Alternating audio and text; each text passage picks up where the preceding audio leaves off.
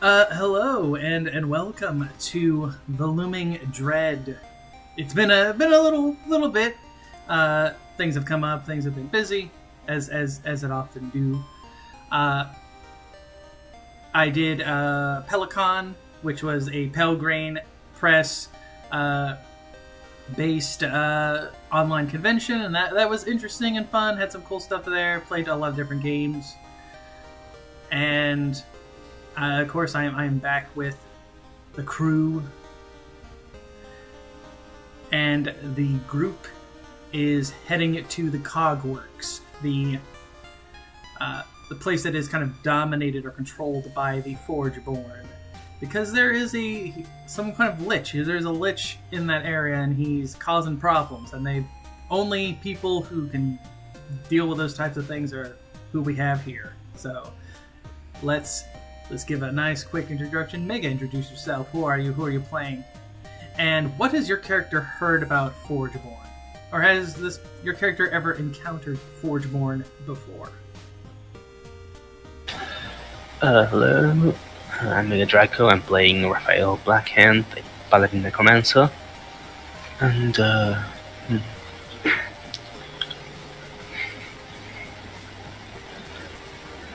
I'm gonna say that during his time,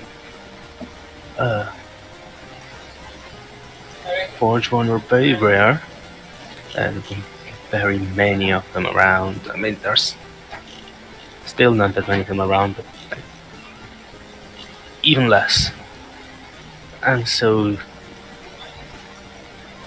he'd heard all sorts of rumors about them, like, I don't know, that they were powered by souls, or that they mostly by human souls, so that they, I don't know, were made with dark magics, mostly all sorts of like unprovable things, because they were like almost a myth back in his time. It was very rare to encounter one.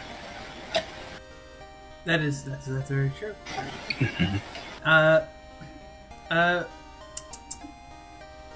Zen, introduce yourself. Who are you? Who are you playing? And what does your character know, or have they ever encountered a Foreborn before? Sorry, let me just make sure I'm not muted. Okay. Hi, everybody. I'm Zen. I'm playing Ruvir Calix, the Wood Elf Cleric. He probably before coming to the city where we started, probably wouldn't have encountered any Foreborn, really. Like, there'd be stories, but I don't think he'd ever encountered them, or really any stories about them. Okay. Nanoka, introduce yourself. Who are you? Who are you playing? And, well, has your character ever experienced or ever encountered a Foreborn before? Yeah, that's an interesting question, isn't it? Alright. I'm Nanoka. I'm playing Mas, the Foreborn wizard. So yeah, my character has encountered Foreborn before, because he's one. Although he's a bit of a special case, because I suppose most Foreborn are forged from the beginning, but Mas is originally a human wizard who transferred his soul into a Foreborn to escape death, in a sense. Death from old age. Are powered by a human soul. Yeah, I technically still have. Raphael's suspicion has been confirmed. It's like you are literally a soul-powered robot. Yeah, of course. And then finally, Zere, introduce yourself. Who are you? Who are you playing? And has your character ever encountered or has known anything about Foreborn? Hey, I'm Zeri. I'm playing. Wow, it's been a while. My old changeling charlatan friend here. As far as the Forgeborn question goes, I don't think they'd be a big thing in the Withering. I don't think he would have had a lot of chances or ever really dealt with them at all, if we're being honest. So I think that's partly why he's at least so intrigued by Tiberius and Mask, and why he kind of rides around on Tiberius, because he just finds him neat as hell. Yeah, like the Withering being what it is, I don't think it would want creatures or humanoid-like things that, by definition, being these kind of metallic-like things, wouldn't understand fear, I think. So that's probably... Yeah, exactly. I think that's a good way to put it, better than I did. Yeah. But with all of that, though, we head to the screen. I'm going to put on some music as you all are heading into the Cogworks. In fact, we actually have... let's go with this one. Why not? Did we have a way to the Cogworks? I can't remember anymore. Yes, you did. The Elven Court made a little portal. Yes. They made a little portal for you that basically took you to the closest. There's not many cities in the Cogworks. It was like the one that is the closest. And there is an informant of the Elven Court is supposed to meet you there to help escort you to where this spire is, and the lich that is been causing all the problems in the Cogworks. In fact, the portal will kind of appear, and you will find yourselves in Gearton. Gearton is the Forgeborn city. And we'll say that the portal just kind of like pops you guys right here. Oh, that's new.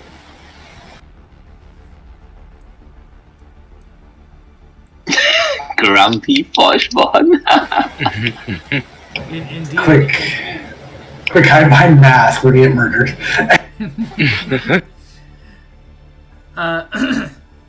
As the portal is kind of opened, some of the you see, of course, these kind of towering, kind of mechanical beings with these kind of faces that look very humanoid, but you can kind of tell from the way that the nostrils and the mouth that they don't move. But you can hear them like kind of talking like a normal person would, but they just kind of has that kind of robotic kind of undertone to it. And there are what you would consider your standard buildings, but you can tell that the ground and like the buildings themselves look like they're not the best. It seems more like these are like remnants of crumbling ruins that they've just kind of piled up to kind of make like a town or like a city.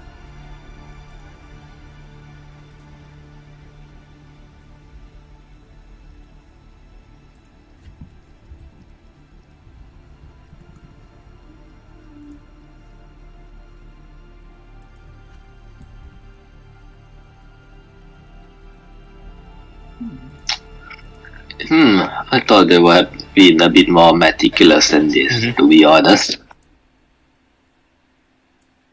And you can see, Mass, as you say that, you see kind of cogwork gears kind of turning, and that seems to kind of provide some what you would consider kind of like electrical power through the area. And the Forgeborn, they just kind of look at you, and then they all seemingly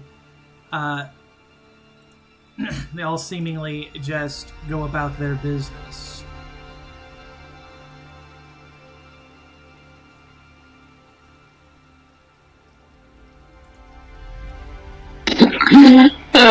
Well, I guess it was nice to have a token acknowledgement.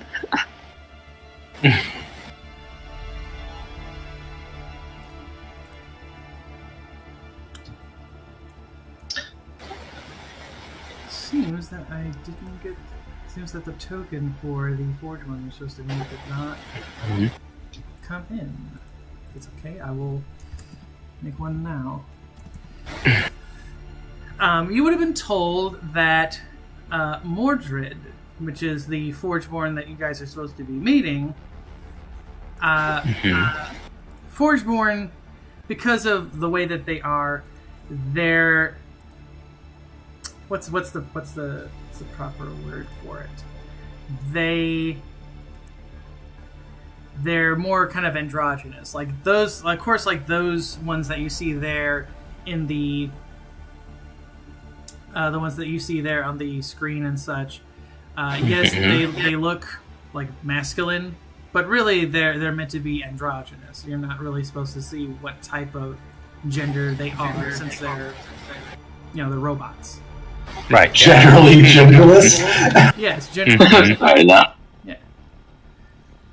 So there's one of them that is meant to be kind of more kind of slender, a bit more like what we would consider like feminine, is the one that you are going to be talking with. You cut out a bit there. Okay, sorry. I might have to hold it a little close to me. Rufio's gonna start looking around for. So are they here? Or are we looking? No. Oh, there it is. Yeah, it didn't do it for some reason. Huh. Okay. Oh, I should have Amber with me, right? I think. Yeah. I think Emperor should be with you. Yeah.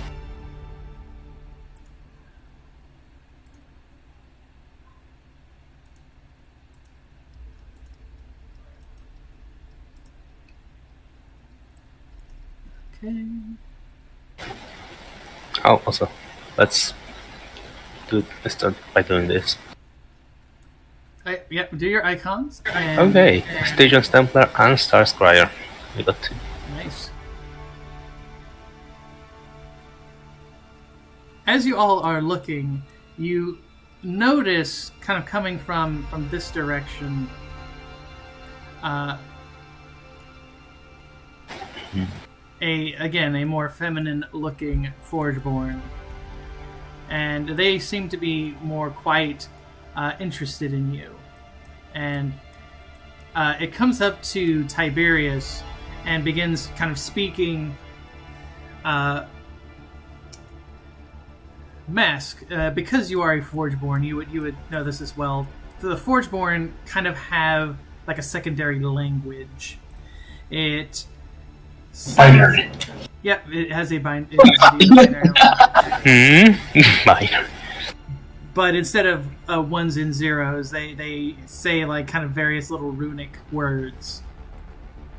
So you might see one that says like star, question, like that, those types of things. That's how they express themselves to other Forgeborn. And Tiberius seems to be communicating with the more feminine one. And she'll then kind of move to where you are, Mask, and she'll say the same thing to you. And as she's saying it, you're hearing the words, "Greetings, I am Mordred. Are you the ones sent by the Elven Court?" Well met, Mordred. Yes, me and my companions are indeed the one you are seeking. Mordred will nod her head and she will go, "Then time is of the essence. Come, I will show you." And you'll see her begin kind of walking this direction. And the gears will kind of start turning. And what you would consider kind of like a drawbridge that kind of goes down, this bridge actually comes out like little discs. So like a disc comes out, and then another one, and then another one, and then another one, until it gets to the other side.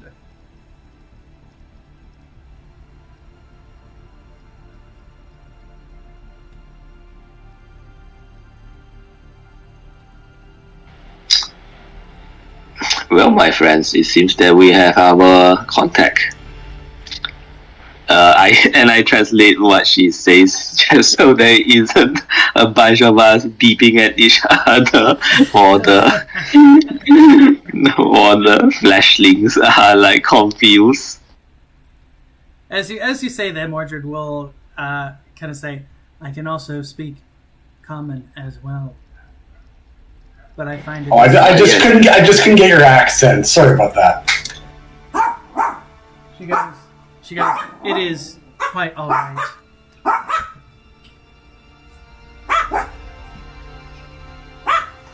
Ruby's gonna kind of keep an eye out for any signs of like undead tailing them or watching them.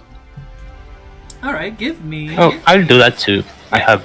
Go for it, both of you. Give me a second because.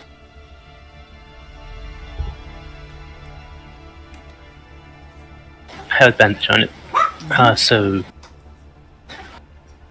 What will it be like? I'm guessing a wisdom, right? Yes.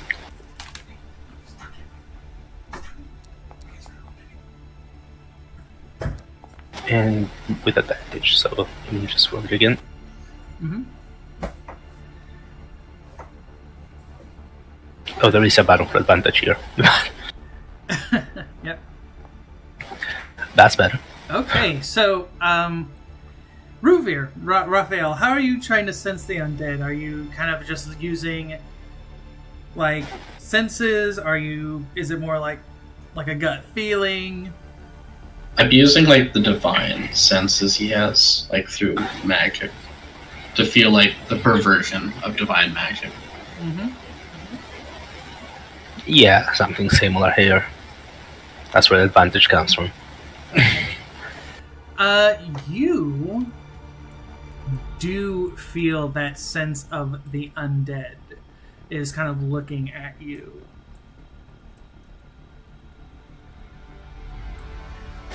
Oh. Okay. Can we tell where at all? Yes. You can tell that it is coming from this building right here. But more importantly, it's almost like it's coming from the top, like the roof of the building. I'll kind of quietly whisper that over to Mirage, see if he can like circle around, and then I'll whisper to Mask. You just have him confirm with Mordred if there are like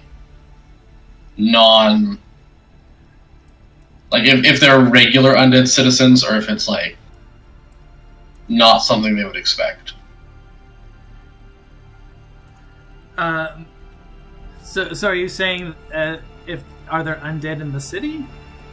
Like are there like non-evil undead, like undead that are just citizens, or is it just like this is a bad thing? Mordred saying that would tell you that is a very concerning thing, as Foreborn technically do not become undead. Generally, I have heard that there had been at one point in time a Foreborn that tried to make itself a lich at one point. But no one knows for certain those types of rumors. If you are feeling that there is undead here, then that is very concerning. I'll slip off, like, Revere ass and go check, see if I can sneak up on whatever it is. Okay. So yeah, like I said, it's on this building here, and it's you get like Ruvir and Raphael would again. The feeling is that it's on the roof. So I assume I'm kind of going a long way around towards it to keep off my trail. Yeah. Yeah. So as you're doing that, of course, there are Foreborn. They're just kind of walking around. They are looking at you with like a peculiarness. But again, you're kind of disguised as your kind of humanish form. So they just kind of look at you with that kind of blank expression upon their faces.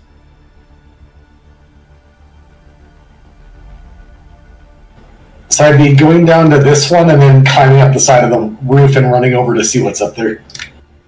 Okay. And what you see... What you see is one of those creatures you guys had fought in Elderland like a long while ago. Very small little head with kind of a rotting spider's body on it.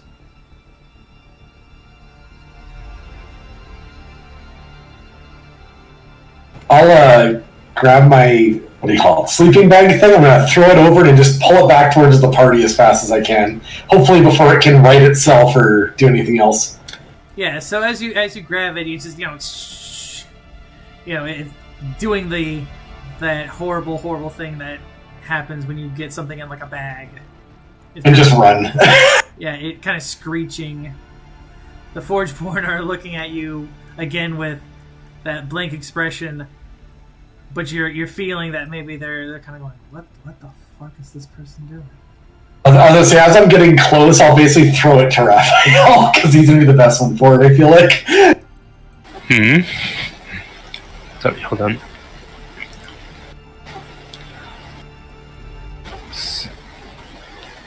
I'm throwing you my bedroll with a skull spider in it. I grab it and try to crash it.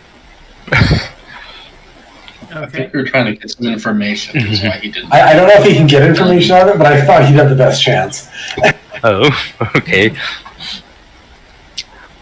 I mean,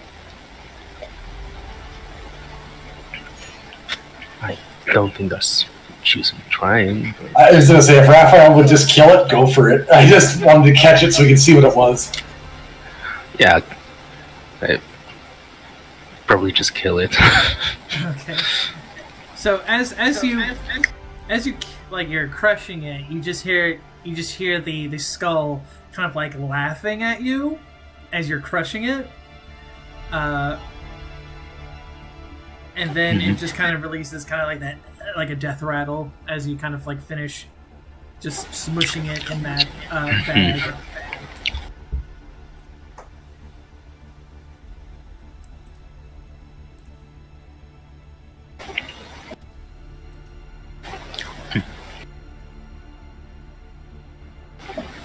That's the thing.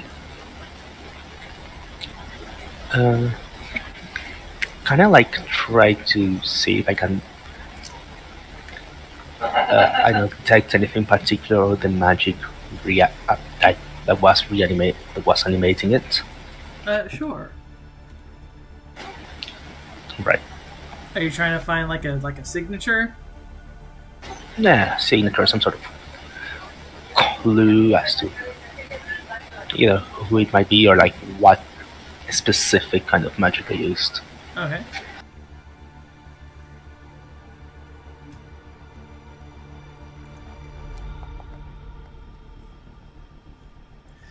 Ooh, yeah. With all of that, you know that it is kind of like flesh crafting, which is which is very much kind of the par of the course with some necromancers. Usually, like high-level necromancers, they're very interested in that. Yeah.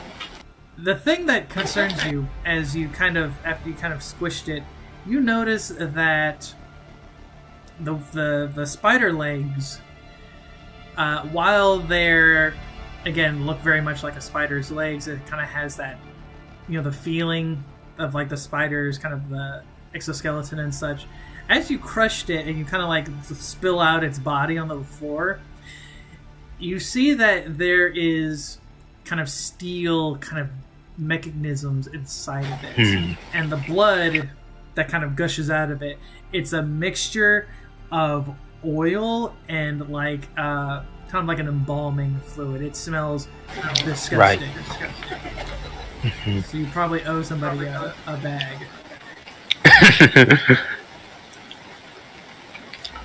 But you can tell kind of from it that it's bad stuff. It's very bad stuff. Yeah. It's some sort of weird and holy mixture of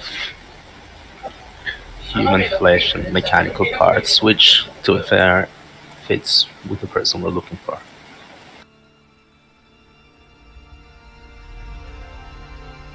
I tell that to the group.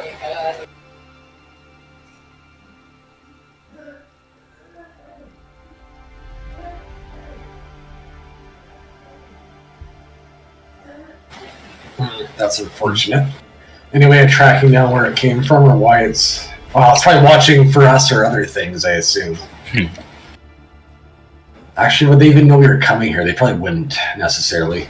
No. So more than likely, it's keeping an eye out for Foreborn that are separated from others and they can attack and abduct. Yeah. Yeah, Mordred, as you guys are seeing that, or kind of saying all that, she goes, that seems very likely. A lot of times many Forgeborn go out to the ruins to gather supplies and other things that we can use to repair the cities. Who's in charge of the place right now? Are you talking about like who's in charge of everything in the Cogworks? Yeah, like here. I know they don't have an icon anymore, so who is it? Mordred just kind of looks at you with like a sense of confusion, and she just goes, I don't understand what you mean. We just do things. We were told, she kind of goes in like, we were said to go and collect things from the ruins, and that is what we did. And then once we collect enough things from the ruins, we work on building the homes, repairing the cogwork gears. That is what we have been doing for a very long time. And you just immediately know which your duties are? She simply nods and just goes, yes. So do you know if somebody's gone missing? Or is no longer doing their duties? Yes. How many have gone missing in the last, say, month or two? You see her, like, it's almost like she's calculating, and she goes, 6. 6 Forgeborn have gone missing over the last month and a half. That's less than I would have expected. What do you think, Mask? How many were here in what's the general populace of the Foreborn? She goes, here in the Cogworks, there is roughly, I'm thinking about actual generic populations. There's probably in the town itself. The town itself probably holds about maybe 100 people. Because most Forgeborn, while they want to, just do things here and repair things here, there are some that do venture out. but a lot of those times, the Foreborn that like kind of stay here in the Cogworks, they just call them AWOL programs, basically.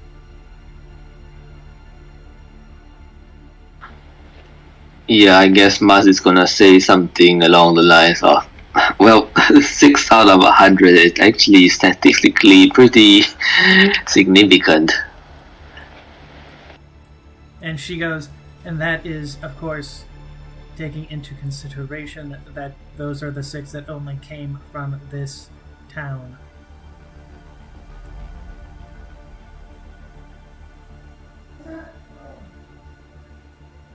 So there might be much more than 6. That's Likely, yeah. yeah.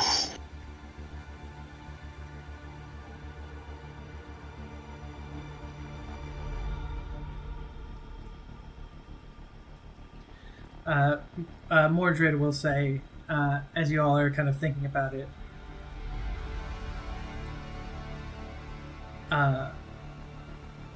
that is why time is of the essence then, isn't it? If this creature, pointing at the smushed up corpse of the skull spider, if that creature was here, then surely the person that you are looking for, that is what you humanoids would call a smoking gun.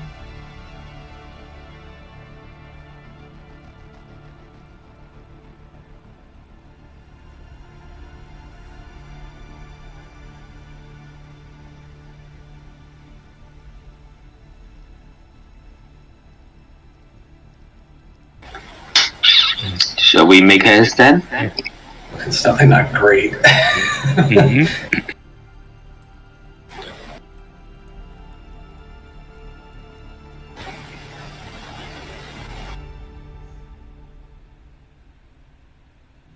So what is the plan?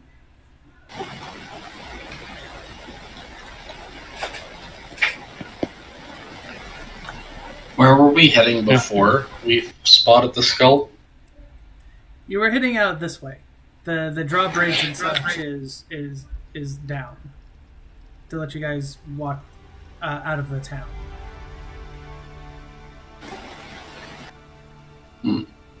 Okay. Yeah.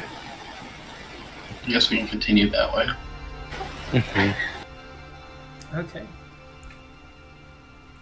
And I'm gonna just bring you. Alright, is this to leave town? Yes. I don't know. Should we investigate the town, Mirage, do you think?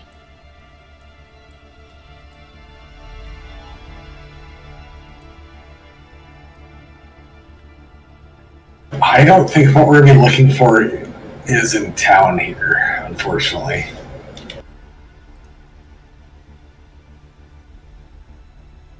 Okay. We might be able to get some more clues of what we're dealing with, but the question becomes, do we want to try and arrange an army of these guys to back us up when we go to deal with this, or are we better suited to do a small strike force essentially and go for the heart sort of deal?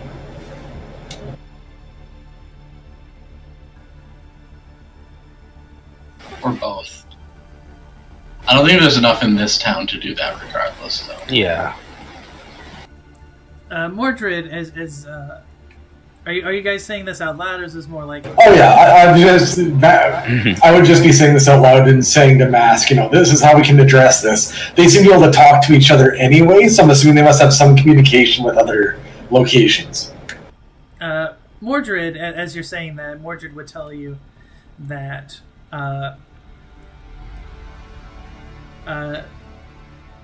we Forgeborn, we are capable, despite the small number of us.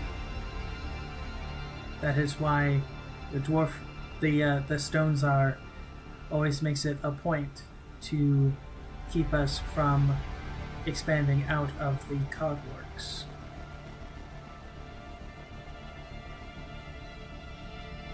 Can you issue a directive for the other Forgeborn to hunt these things down within the settlements and cut off their eyes on everything? She Because they're obviously using these to spy on us and you all. Mordred will nod, and you'll see her eyes kind of glow like a bluish color.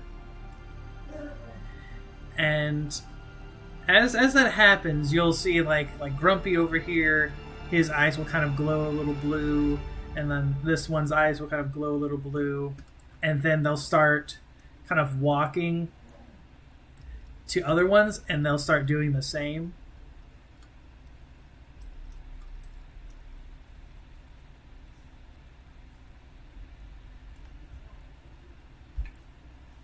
Well, that's a good start. Yeah, good start anyway. Mask, what do you think's next year? What else can we do to turn this in our favor? Does my character know anything about what we can do? Well,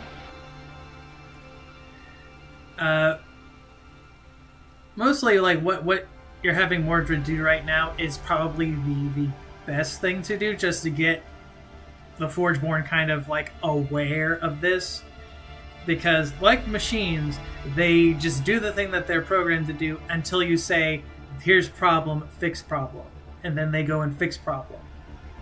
Okay, I have a question. Yeah. So, Mask is a Forgeborn for all purposes at this point. Yes. Does he understand what they're doing when they do the glow eyes thing? Yes, he does, actually.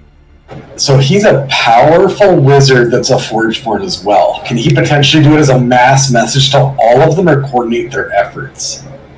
If he did it as like...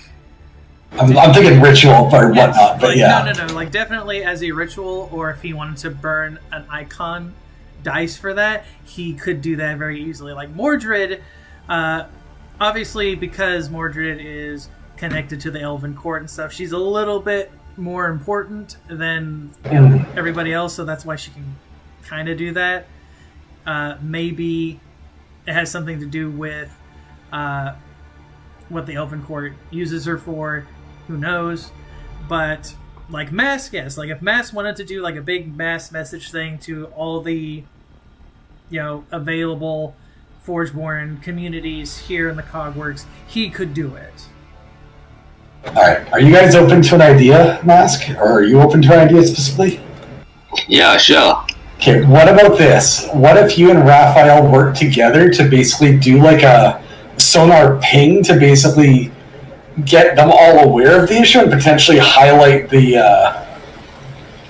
undead within their midst so they can actually hunt them down immediately?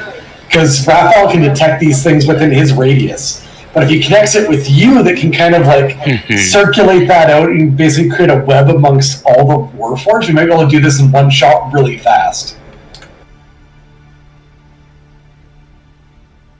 And on that same note, if we have all these Warforged kind of pinging off each other and detecting undead essentially, we might be able to figure out where the majority of these things are or where they're going and kind of hone in on where this location is we need to go and attack.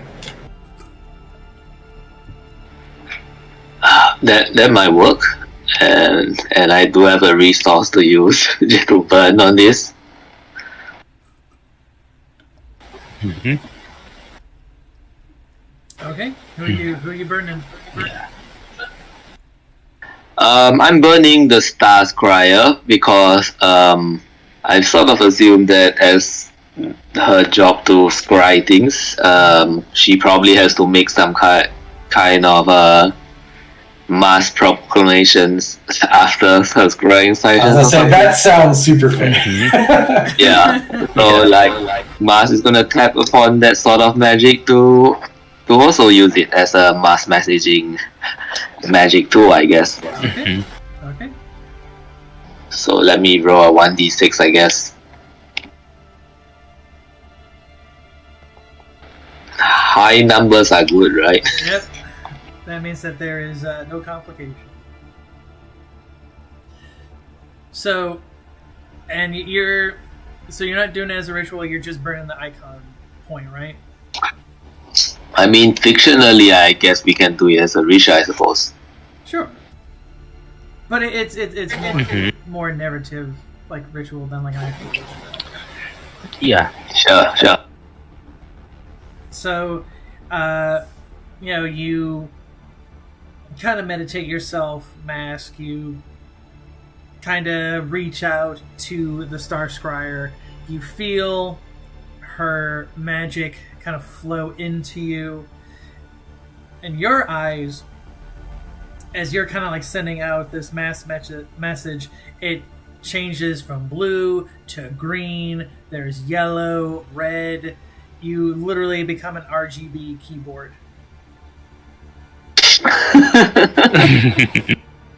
And you're just kind of sitting there, and occasionally you do hear that kind of that sound that computers make when their fans start going. That's basically what's going on with you right now, Mask. And as soon as That's awesome. As soon as you do that, all the other Forgeborn, excluding Mordred's, their eyes start changing colors as well, just like blues and greens. And you see them, if some of them were holding like stones or any kind of like implement, they just put it down and they start basically walking the entire area looking for something. So that's how you know that it is working, is that they are searching.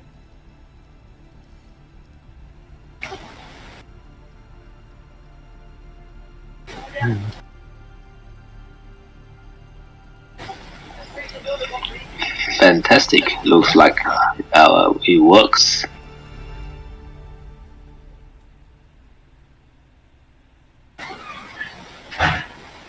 And now I have to sort of grant my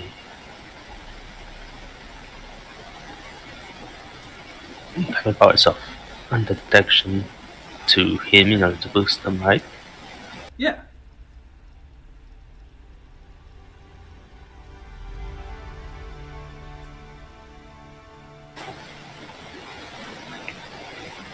I'm deciding whether to do a ritual or to also use an icon. That is up to you how you feel how you feel Raphael would do it.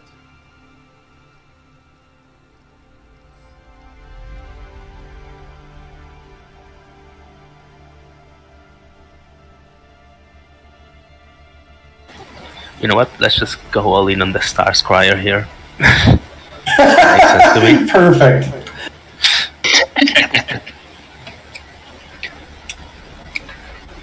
Okay, So I'll roll your d6.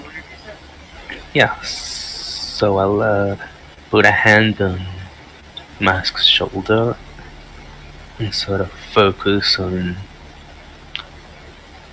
my connection with the Star Scryer and the magic she taught me. And it's a complication. Yeah, there is a bit of a complication as you're holding on to him and you're trying to give him some of that detecting undead. You feel that Yes.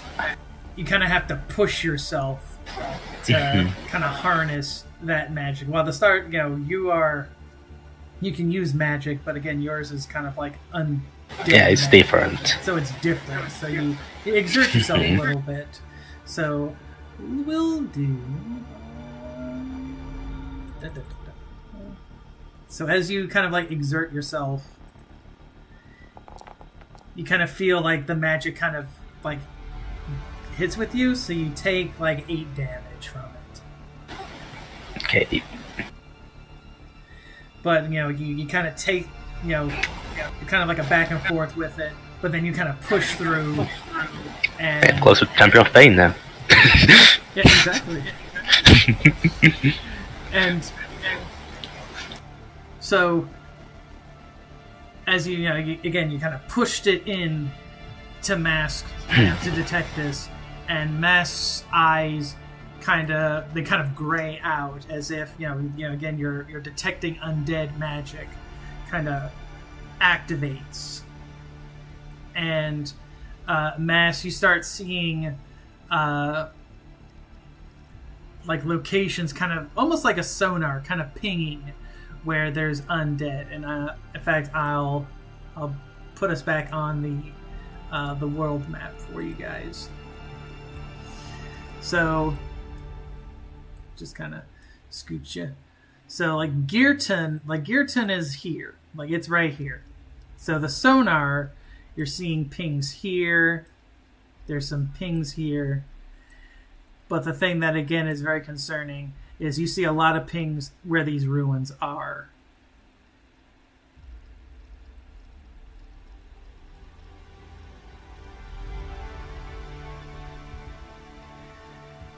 Well, we know where to go. Yeah. And as the pinging continues, you just see, like, kind of slowly from that location, you see them kind of flowing out from that location.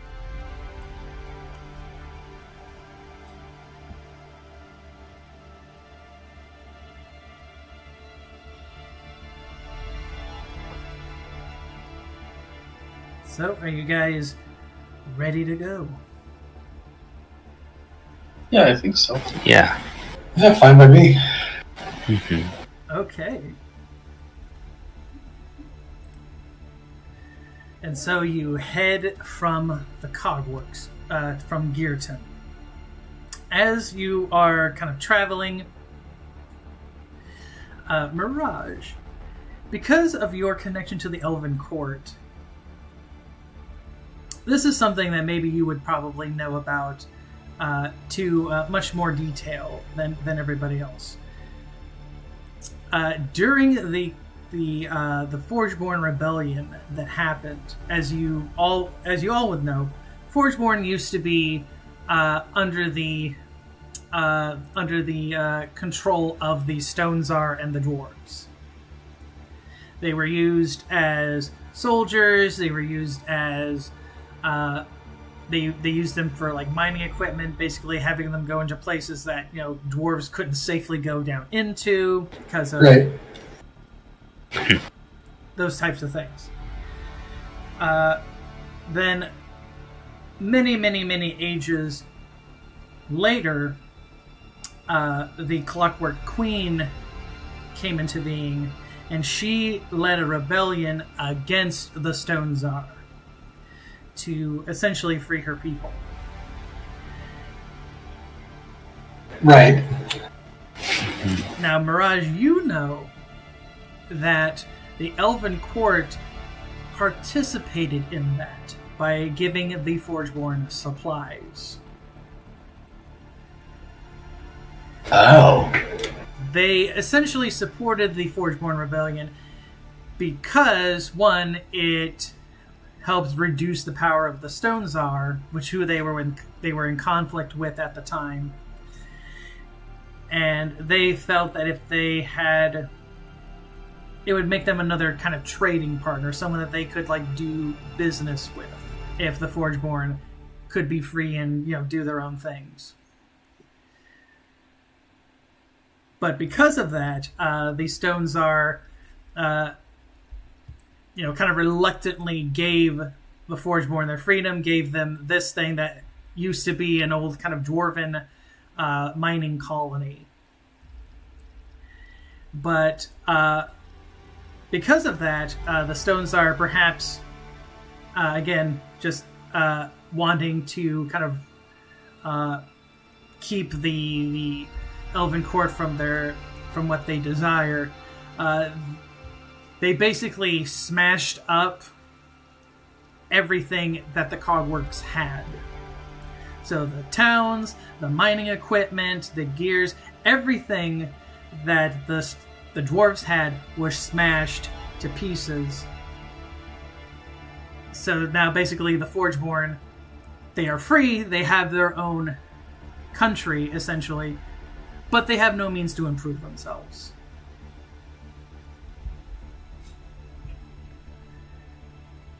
Yes, shocking, I know. The icon called the Stone Tsar was an authoritarian prick.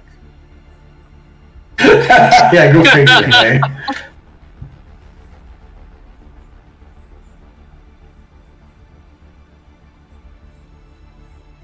But that is what you all would see as just these kind of remnants of dwarven culture and kind of like technology that's just been kind of destroyed and kind of left to rust and rot.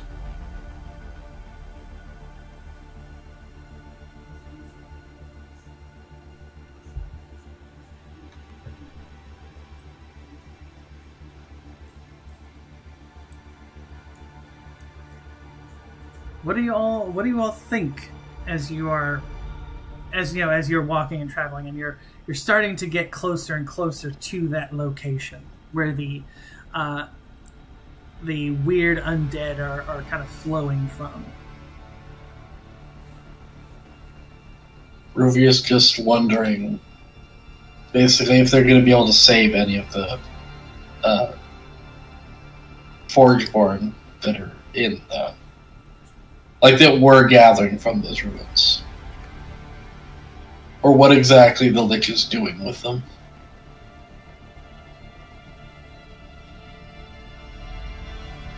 Okay, Mirage, Raphael, Mass, what about you three?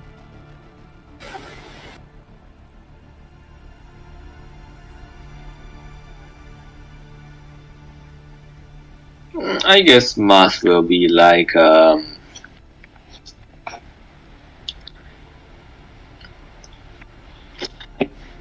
undead are planning something more with the Foreborn that doesn't nothing. I mean, nothing that the undead plan is good for anyone who isn't undead, but it seems more concerning than usual. Mirage really wouldn't like the fact that they've been kind of used before, and it looks like another force is going to use them again. That goes very much against his aesthetics. He doesn't like them being puppeted like people on a string, essentially.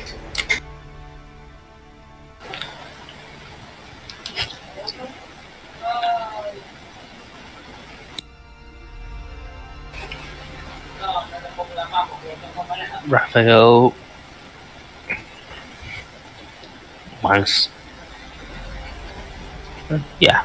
once fought for the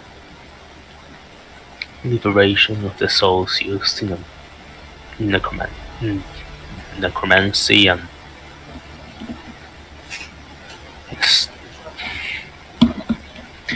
this is sort of double of that, because not only is this man trapping souls, but he's also using other living beings, well, animated sentient beings. I'm not sure if you can quite qualify them as living or not. That's semantics. Mm-hmm. And maybe because of all that, maybe just the fact that it's, again, taking these people that, while they are kind of mechanical in nature, they, are still being kind of, something horrible is happening to them. That if it was like, for example, if it was people, being this done to them, you would be horrified. So it's like you're expressing that even more because the Foreborn are like that, I guess. So you all kind of get closer and closer, and you find what looks to be in a kind of like a swampish area. Probably had been like a mining place that basically was just left to be torn asunder. That is where you find this crumbling spire. Probably had been a dwarven watchtower at one point in time. This was kind of left to crumble. But it's the perfect place for a lich to make his lair. And you see the grave gears, those things that were kind of humanoid with kind of parts. Okay, so the first one definitely looks like from the cover of a, what is it? Is it a Metallica album cover? You're thinking of Maiden. You're thinking of Maiden. Yeah, amazing. Yeah. So yes, like you can see kind of from it that the parts, those definitely are Forgeborn parts. So, of course, this one as well. This one's more kind of humanesque, but you can clearly see that they are grafting Forgeborn pieces onto their bodies. And then, of course,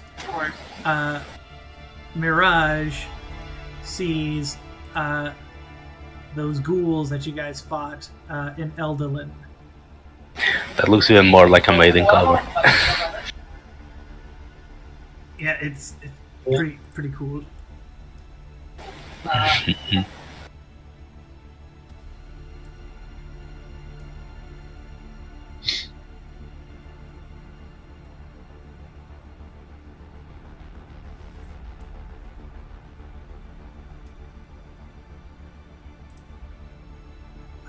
Let's see. Let's go with. Let's go with this one.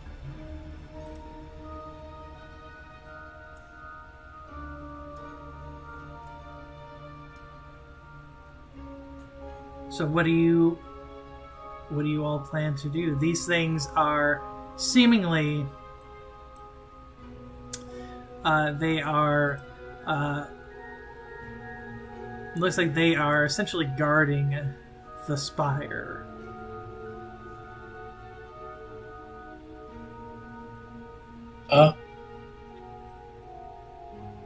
I mean, I feel like we're gonna want to break them all, but I also feel like Mirage might want to check if there's another entrance, and I would hate to take that option away from him.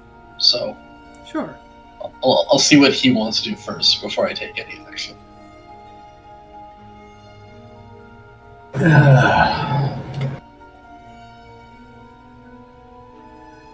I'll just confirm. Are Mask and Raphael connected to a degree with the other Forgeborn at this point, or no? I would say yes. In fact, Mask and Raphael, as you're kind of seeing these things, you are hearing like multitudes of voices, and you're hearing the sound. What's the proper word for it? You know how on some machines when you kind of rub them, they kind of make that scree sound. It sounds like that. It essentially sounds like they're the bodies are just kind of being pulled apart over and over again, and you are hearing basically the robotic equivalent of blood curdling screams.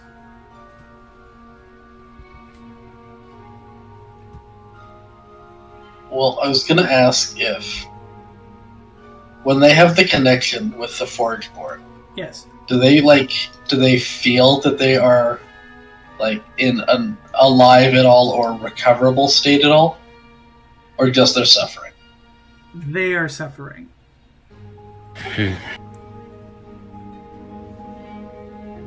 Much like with flesh crafting necromancy, the body has to be cut up in the most you have to basically experience pain beyond imagination for the dark, the negative, unholy energy to take effect. It's not a simple, you cut the throat, that's it. No, it's you torture the person until they are dead, because the more pain and suffering the soul has endured, the easier the necromancer or the lich can control the body or what have you. Okay, well, my vote is definitely to put them to rest.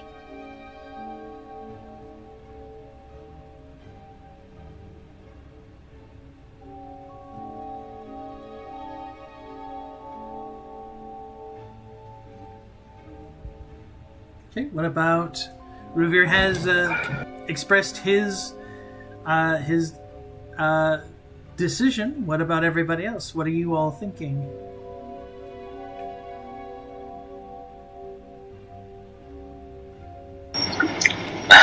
I guess Mars would be.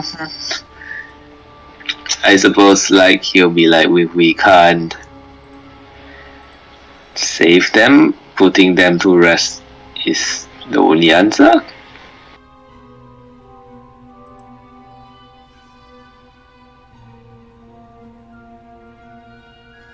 That's fair. Plus, there's 6 of them right there. When Mask felt the like all these settlements of the Warforged, is there one that was probably bigger than the rest, or no? Do you mean like them hunting the undead, or just like in general? Well, he connected with all of them essentially for a very short period, probably, right? Yes. When he did that, is there like a town or a city of these things that's like substantially larger than the rest? It was probably the one that was closer to, kind of like closer to the ruins. There seemed like a more sizable population of Forgeborn. That's where you found that there were 6 from Geerton. There was like 13 from that town. Okay. That's probably where the majority went missing then. Mm-hmm.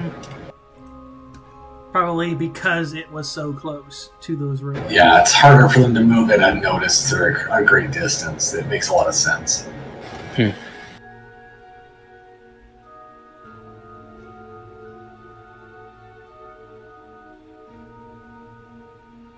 I'm just thinking about this video about this now.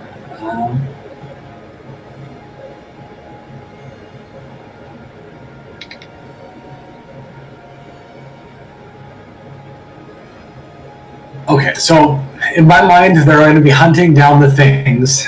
This is going to cause them some concern, definitely, and probably distract them a little bit. Mm-hmm. I'm thinking we hit them and just go, basically just kill and kill.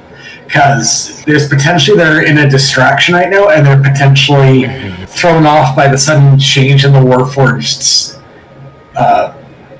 programming, we'll say, just for a better word. So yeah, I'm thinking we just do a full-on assault with this place as hard and fast as we can. Yeah. I was considering maybe trying to divert some of the Warforged to back us up, but I don't think it's in our best interest. It's better if they keep seeing them methodically eliminating all of their scouts and all that and focus on that if they're watching what's going on. So yeah, I'm thinking we go in hard and fast. They don't necessarily know we're here yet. They might know very quickly, but let's take the element of surprise while we have it. For sure. That's my vote, anyway. Okay. Fair enough. So you guys kind of gear yourselves up. You know, you kind of psych yourselves up. You're getting ready for it.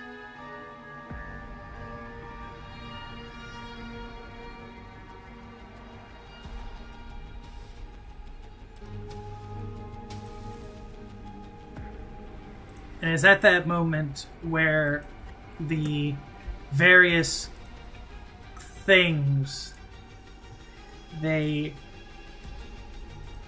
soon start to feel your presence. And they are beginning to slowly lumber towards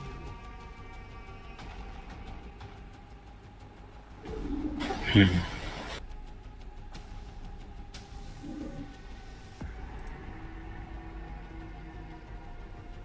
And these ones, the flesh rippers, those ones, they're kind of crawling in the mud. Their kind of metallic claws are kind of digging in, and they're kind of like snarling like feral dogs.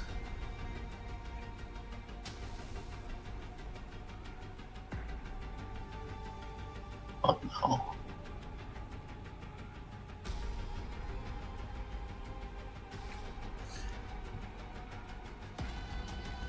So let's get those. Let's get that initiative in.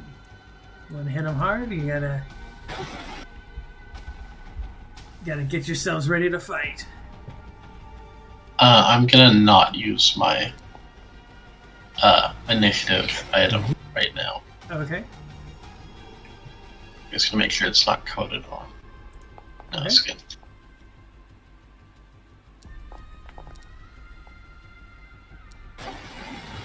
Wow, what a roll.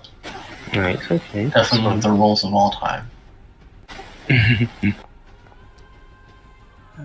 For change, the wizard did completely trump everybody else's initiative. It's actually really good that I didn't use my item, because I still would have been behind everyone that I was behind, it looks like. Nah, I rolled a natural 3. I wouldn't be trumping too many people, I think. Yeah, like if I use my item, I would be above mass. That's the only difference in this initiative order. Okay. With that, okay, Humble is first. Humble is bounding over. This is kind of like a little arch that's kind of just tumbled over. It leaps over that, and it goes straight to you, Ruvir. And it's going to use its metal grafted claws. Oh my goodness, it hits so many times. I only saw one. And that is its turn. Let me see if there's anything else I wanted to do.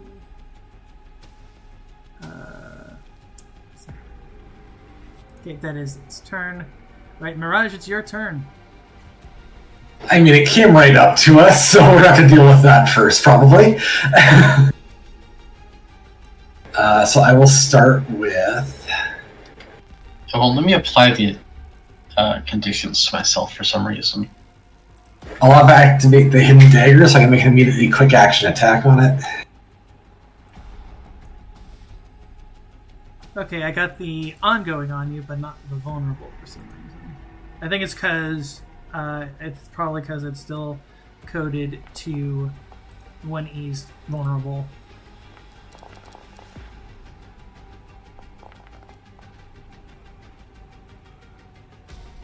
Nice.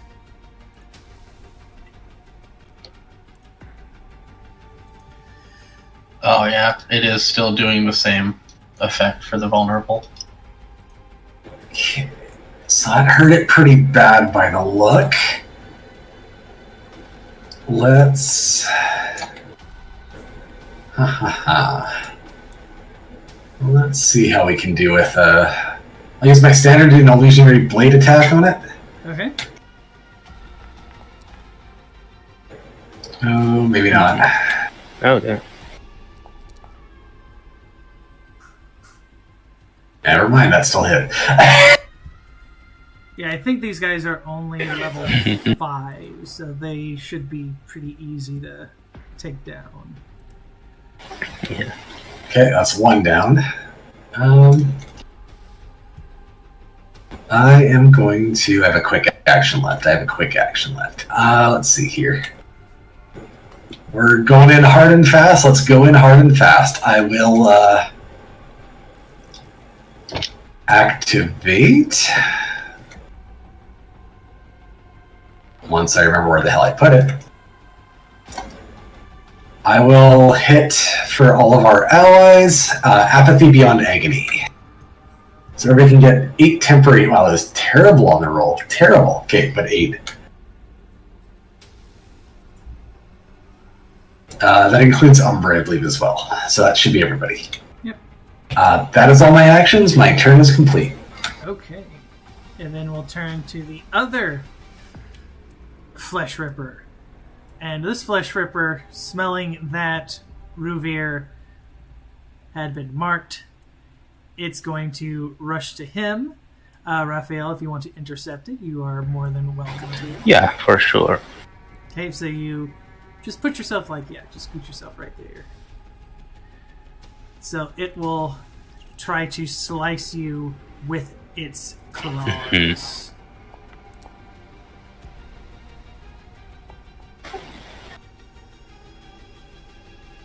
And thankfully, those And those will both. miss.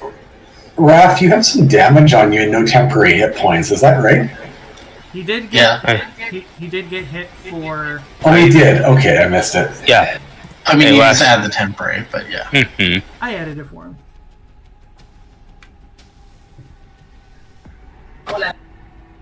That is that Flesh Ripper's turn.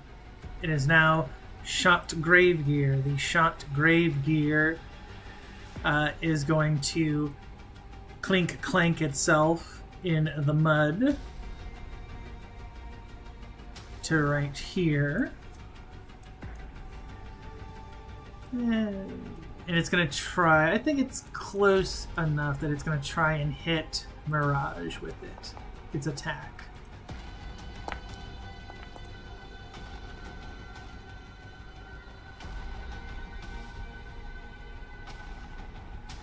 And it was a natural odd hit, so it's going to also hit you with an unstable energy attack. Something that you all felt at one point. Seeing these, you know that these are definitely the work of Kesmir, the guy from Eldalim.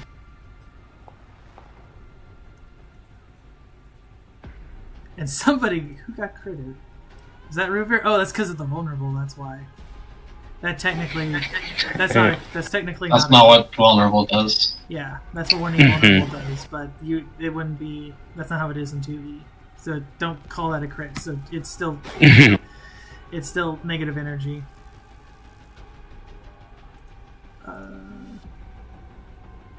But the natural 16 still would go. So Ruvir is weakened. And it is save ends. That is its turn.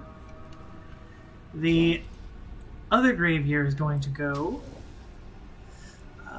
This one is going to clank itself to Raphael to try and smack him.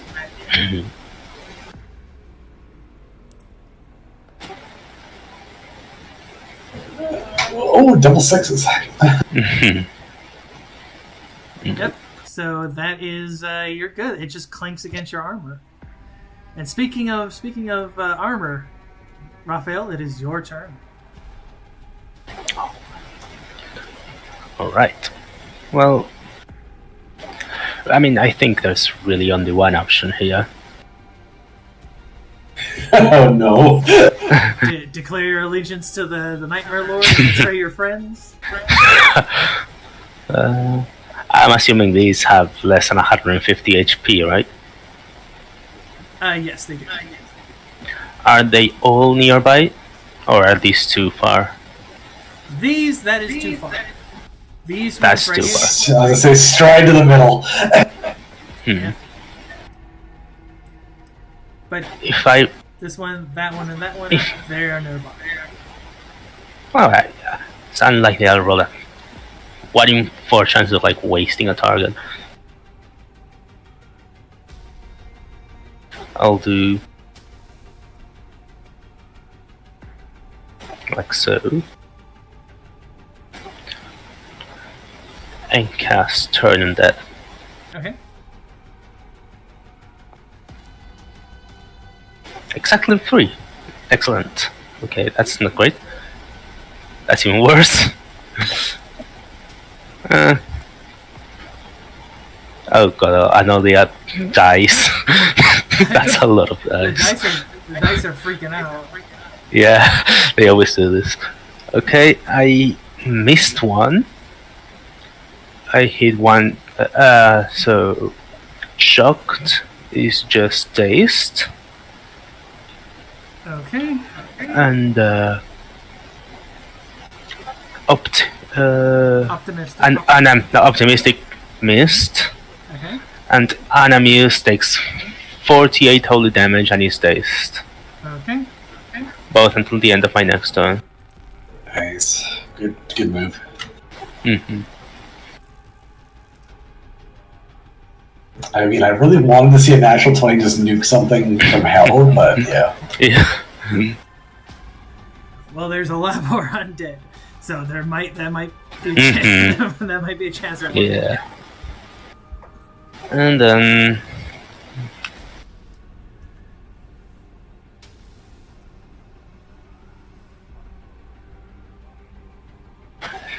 I'm gonna, and then Umbra is gonna attack.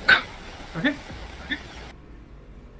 So in my turn, Umbra attacks. I keep forgetting to do this, but like, she's gonna get a +3 to her attack roll. Okay. Oh yeah, sweet. I think let's have her gang up on enemies. Okay.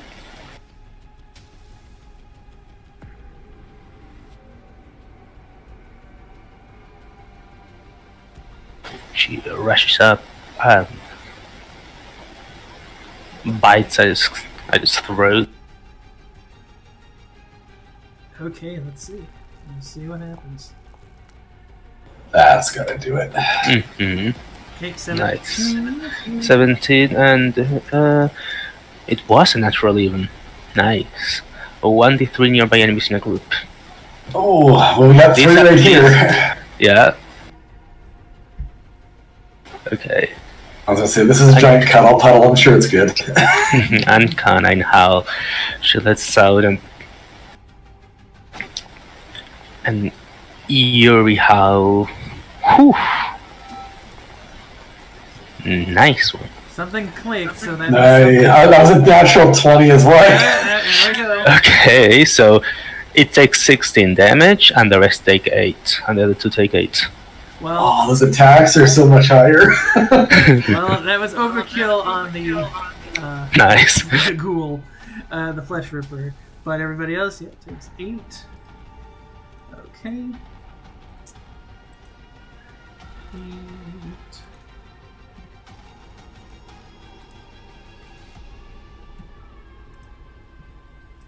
Still very, very nice. Get those ghouls out of there. Mm-hmm. And yeah, that's the turn. Okay, Mask, it is your turn.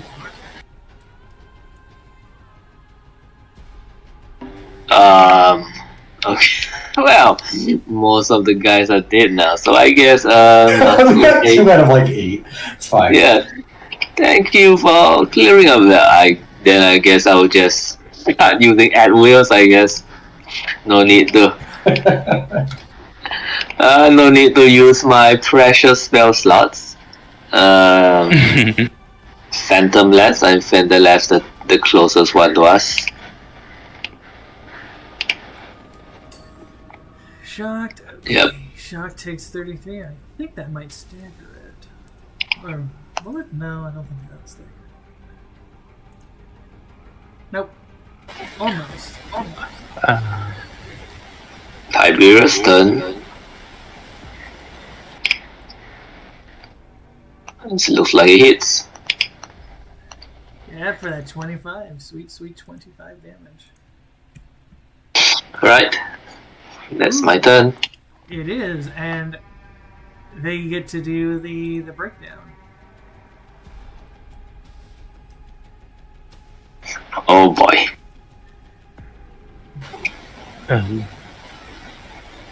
So let's see. 1, 2, 3, 4, 5. There's 5 people. Oh, God. This 5 is, attacks. Yep. Yeah. But because it's 5 attacks, it's not gonna take 10 attacks. It's just gonna take 5. So it's On the bright side, it might provoke from a bunch of people. I feel like it can. Sure. I have no problem with that. Yeah. It says on its next turn. You shouldn't be making. Oh, on its next turn. Oh, so it's not till next. We have a chance to kill before it jumps us. Yep. Oh, you're right. You're right. Okay, so ignore that. Okay.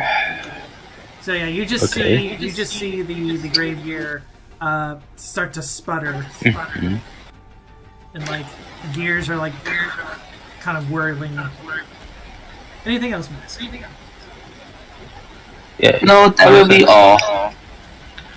Okay, Ruvir, it is your turn.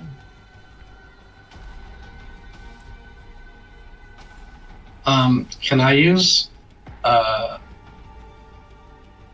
icon relationship to get rid of these conditions?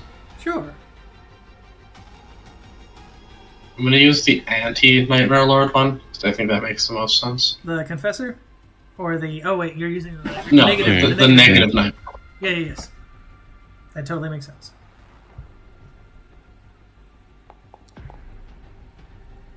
And you're good. There's no complication there.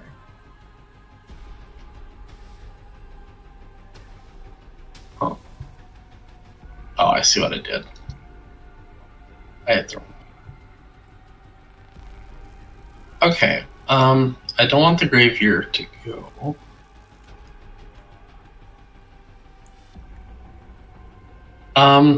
As a quick action, can I make like a knowledge about them? Sure, if you want to. What are you wanting to learn about them? If they have any kind of like vulnerabilities or weaknesses. I think it was electricity before, but I don't remember for sure. Sure, you can roll that if you want. What kind of check? I would say, because you fought them before, but it had been a while ago, it's going to be a wisdom, plus, do you have like an undead or like a mechanical-ish kind of background? I have my cleric one. Sure. That would be the most undead dealing with, I think. Yeah, you can use that one. With that, you know that holy damage on these things probably won't be as effective, but something that would damage the mechanical things, so things like thunder damage, or more importantly, lightning damage, will definitely affect them a lot more. Well, How about poison? Physical, and I've got holy. Sorry, it dropped me for a second. Because the grave gears, while they're using like body parts, they're closer to constructs than they are undead. Mm-hmm. I'm trying to decide if I want to use Hammer of Faith for this fight. I should save it. We only have 3 fights. Yeah. I would say like out of game, you probably should save it just because you are going to be fighting. Yeah. You're going to be fighting some tough things this fight. Well, based on that, I'm going to activate the Grail of Power as a free action. Okay. And then I don't know if the effect thing will understand to just give me a +2 to hit. Okay. We'll find out.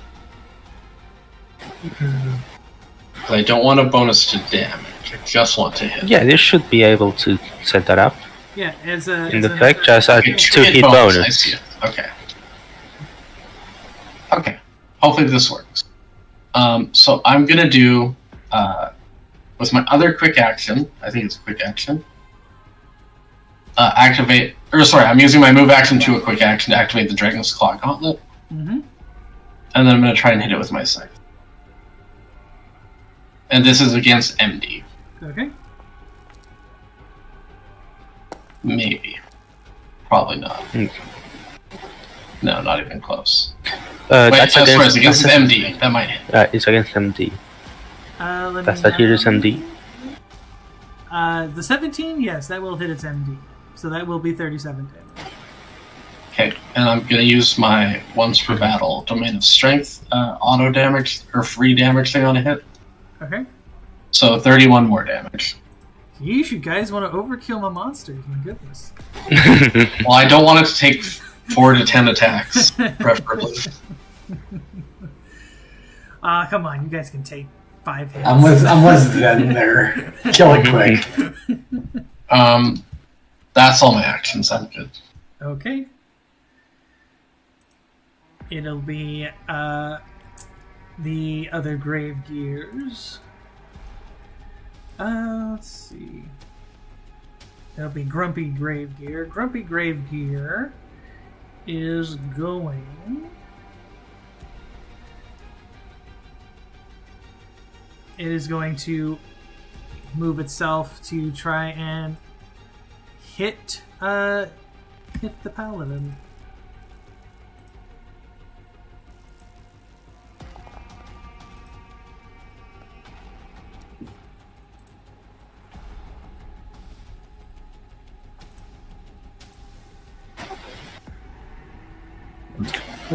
It's gonna try and do its little unstable. That is a natural odd miss, yeah.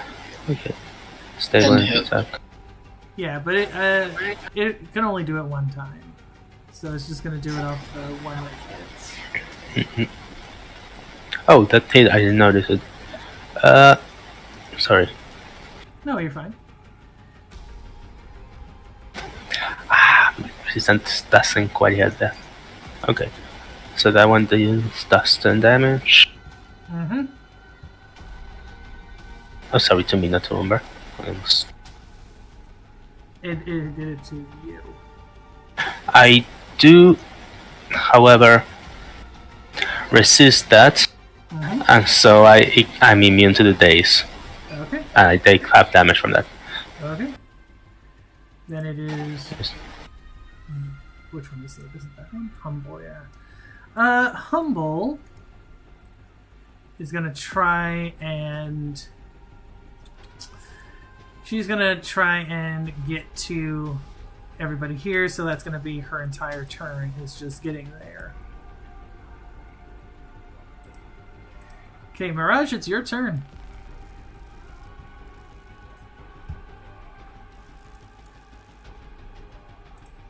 Oh boy, oh boy. Okay.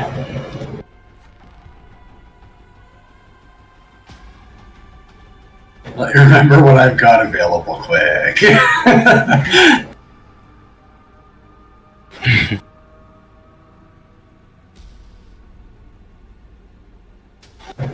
Counting 3 left, is that right? Yes. Okay.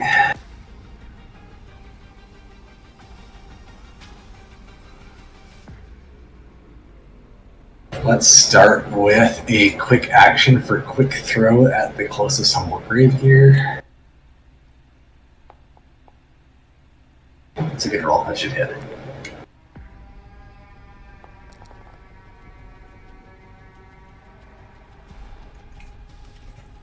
Whew! My goodness. It's a lot of damage. Yeah, we like that. Nice. Okay. That is unfortunately not half its health, though. Okay. Let us quickly check my inventory for any helpful items.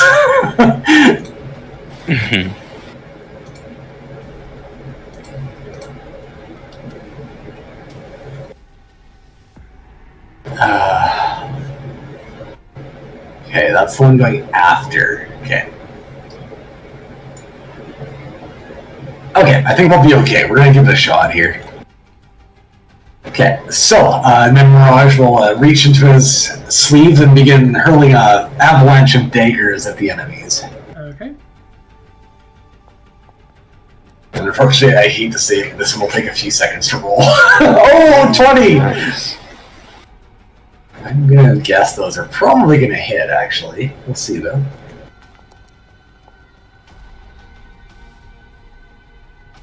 So, 36 to all 3 of them. And the one got doubled, actually. Yeah, Grumpy is done. 36. Not He hasn't done the sneak attack, is all. Oh, right. That's double the Oh, base. he's not down. That's unfortunate. Okay. Stack at there. And then Both everybody great. else is the 23 and 11. Yeah. 13. Yep. Yeah.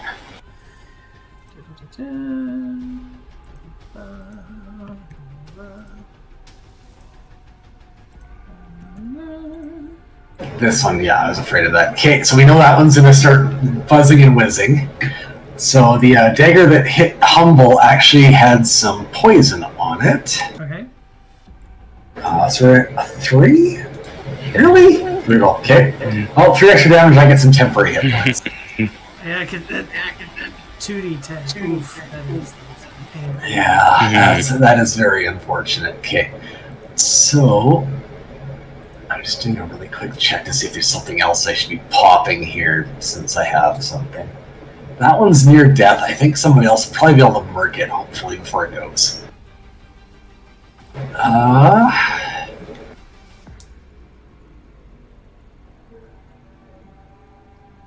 Okay, and last thing I will do,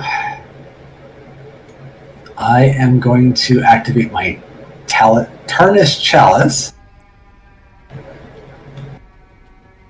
And I'm going to mark Optimistic, essentially with a sigil from the Nightmare Lord to cause an extra blast of damage whenever the next person hits them. Okay. So this will spend the recovery, and they'll take an extra 33 negative energy damage the next time they're attacked. Okay. And that's my turn.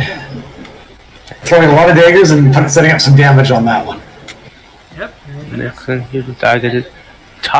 Okay. Okay, Optimistic. Okay, she's going to. Let's see. She is going to disengage or attempt to from the Paladindraft Lancer. And it's she is going to let's see. She's going to move to try and attack the wizard. Try to smack him around a little bit. Okay, Mass, if you have anything to attempt to mitigate that damage, then she's going to try and do the unstable energy. No, but I noticed I shouldn't have aberration on, but this wouldn't have hit me anyway. Yeah, no, I don't think I have anything to mitigate this damage. Okay. And then the unstable energy will blast forth. And it hits you. Oh, thanks, no. And you are dazed. But it is a normal save to get rid of it. Oh, wait a second. Oh, wait, yeah, I shouldn't have upgraded. That's correct. Days. Could have been worse. You could have been weakened. I don't think I want to use. I think I want to try to attack this. So then she's the one most HP. So the 33. Try to make sure the humble one goes down because it will do its big spit up if you don't. Oh. Okay. Yeah, that's the one that's under half. So it's going to do its charge and hit 5 people. Yep. Yeah. Sorry, 6. No, Grumpy, right? Or all of them. No, Humble's the one. It's the one's called Grave Gears. Yep. Oh wait, is that one a Grave Gear too? Yeah, these are all great. Yeah, both are Oh, great. my bad. It's both of those ones. Yeah, my bad. I apologize. I didn't realize that. I just wanted to have 2 different styled ones. my I'm bad. gonna go one after the other. Yeah, kill what you can. Just murder fast. I'm gonna kill the one I'm gonna engage with them. Okay. Oh shit. I clicked on a bookmark. Sorry. My browser. I'm loading up. Hungry.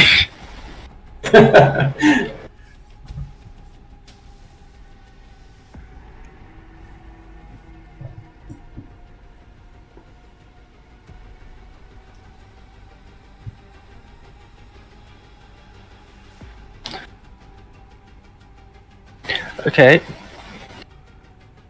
So what I was going to do for I'm gonna do a Radiant Smite. Okay. I'll press the button just to, use it up, but it's 24. Mm-hmm. It's 24 extra damage. Okay. And then I raise my flaming sword up and breathe them black and white flames and smash it down onto the graveyard. Why did that not appear on the... Did it appear for you? I saw that it was a 12. So, what is your... But I saw something... I saw different... It's not showing up on here. You might have to do a reset. Let me do a reset real quick. Yeah.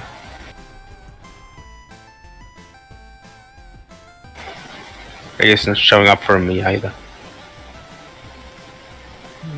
Because it definitely rolled. It rolled on a 12. I know that. Yep.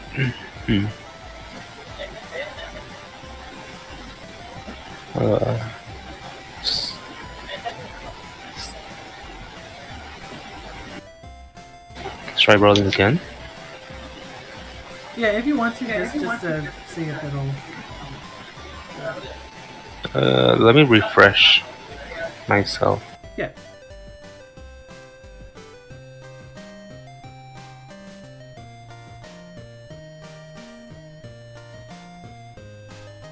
I think they might be having some server issues with what they have. The page is not refreshing. I'm still in like a... Okay.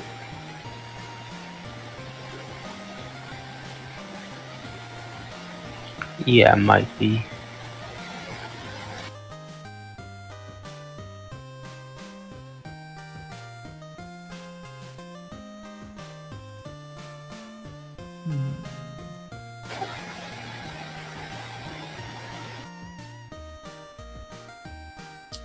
Huh. Okay, Yeah, refresh me there. It's refreshed, but roll the attack again. Because I saw... Okay, now I'm waiting for the foundry table, the virtual table to load. It's refreshed.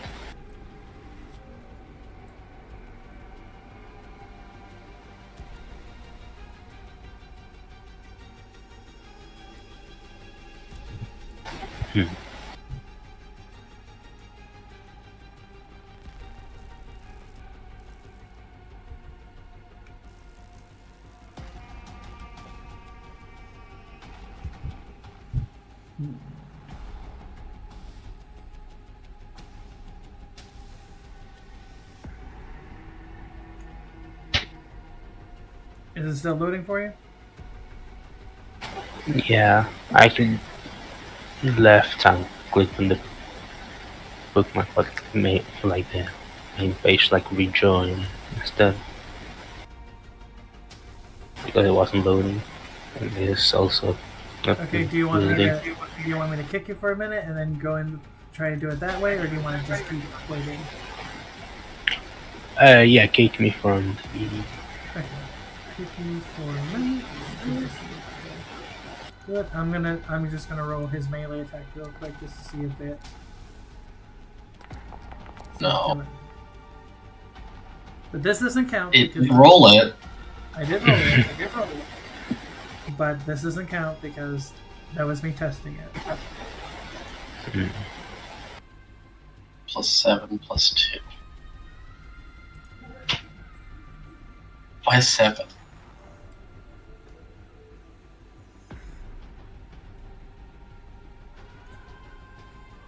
I'm very confused. Yeah, this isn't letting It's me in now. +2 Like my name weapon. is grayed out. My username is grayed out. Huh. Because I just kicked you, so you should be... Yeah. Can I just check something? I'm gonna roll my attack really quickly. Sure. Because if it's To notice. having an issue, we might have to end it a little early. I just saw Zen's attack him up. It's fine. Yep. Okay. I figured out what it was. It was escalation was the number that I couldn't figure out. I was like, am I the only one who's level 6 and I missed something and everybody leveled up? That's gonna feel real bad. Yeah, my name's still grayed out. I closed the tab and opened the new Is there a guest you can log in as? We might have to make an extra one. Maybe make an extra profile that can just access all the character sheets for when this happens. Sure. It's not a bad idea. Yeah, I think that. Yeah. Oh, there it is. Oh, it just took a minute? Okay. Yeah.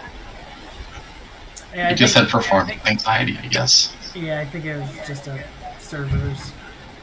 Mm-hmm. Okay, so just roll your attack. And, Attack. Yep.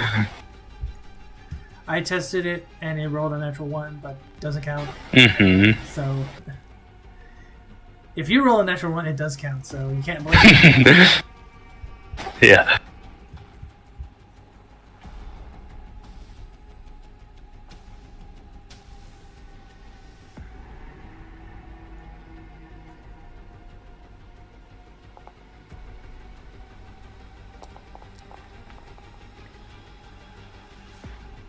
Hey, there we go. So that's probably over. Like that's 40 plus 24 These guys are a little bit hardier, so we'll plus see. 33. Hopefully.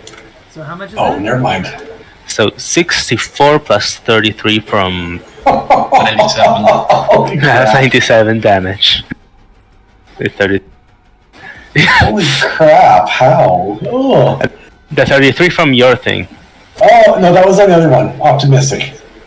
Oh? What's Yeah, that? that was on optimistic. Oh yeah. Sorry, what my was bad. on optimistic? Did I lose my mind for a second? My damage explosion's on optimistic. It says not the, Grumpy. grumpy. Oh, it says the next creature targeted by an attack from one of your allies this battle. You don't get to choose. Oh, I don't. It's not targeted? It says spend a recovering roll, you probably dies, but then heal the next creature targeted by an attack from one of your allies this battle. Oh, I Takes that. apologize, you're correct. So it's set up, If it's it's just whoever before gets this- attacked. Okay, no, that's good to know. I missed that. Good catch. I mean, it's dead from the base attack damage regardless. Yeah, well, It's what it. That's why I wanted to go after optimistic because so as not waste it, but that's fine.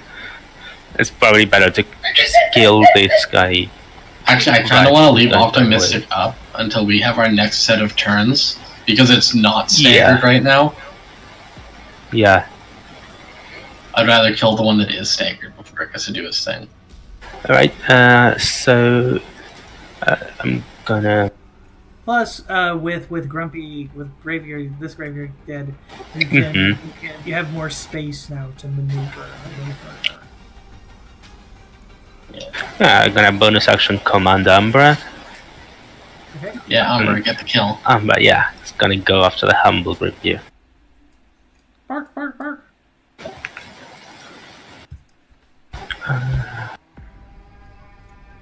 Man, it's too bad you couldn't have used Umber to go first and take out Grumpy with the chalice. Yeah, that's not how it works, unfortunately. I agree. It just would have been cool. Oh. Oh. Well, it is a natural means. Wielding, right? I mean, she has Oh, it to isn't even cross, this. but It is dual wielding. she has to cross. But I mean, it's a bite, so. You still get to do the howl though. Yeah, That's the something. howl. I get to the howl. Okay, only on humble. And that probably hits. So 8 damage.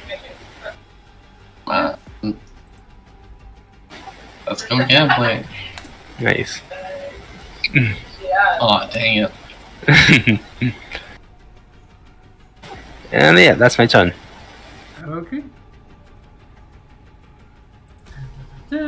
Mask, it is your turn. You got Okay. a messed up graveyard over here, and you got one right here. Alright, I want to do something, I want to do something in regards to Elemental Triad, because there's only 2 people there, so, I'm gonna roll this. So what it says is fire, coal, and then lightning. But I would like to just fire my coal at like the air or something, and just make the second one lightning. I'm fine with that, sure. Mm-hmm. Although I think it doesn't make a difference because it hits anyway, and vulnerable doesn't matter if I hit. Okay, so we'll go with humble hummus first, so we'll do that. The fire or cold, whichever element you wanted to use there. Wrecks the gears on the inside, so it is broken. And then we do this one. Oh no. But it is It's staggered. Yep, it is staggered. Hey! Alright. It's not gonna do 8. Not yet, no. Not yet. Alright, can you kill it? Oh, Tiberius. Nice. Maybe. That almost will kill it. Yeah, okay. And Ruver's right. Yeah, I think Ruver's Ruver's right there. Ruver's gonna finish her off. Alright. Mm-hmm. Okay, Ruver, your turn. I'm gonna.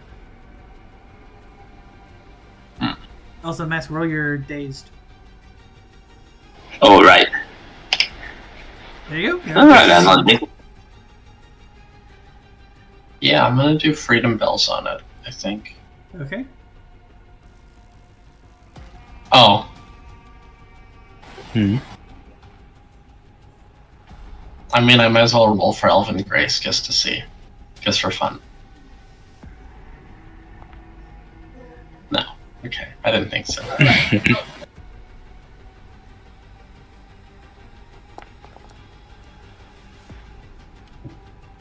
Okay. Okay. Rolled lower level 5 damage than level 3 damage would have been. Straight. Well, either. But 21. Trust me, Yeah. that was more than that. Mhm. So yes, the Freedom Bells breaks the last of the grave gears.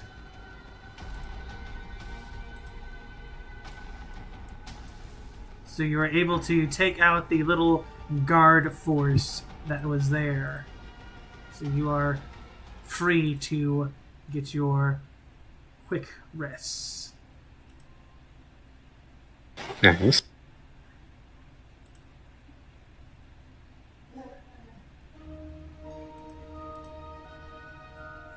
Well then, fellas, well done. Oh wait, the specialist slot shouldn't be spent.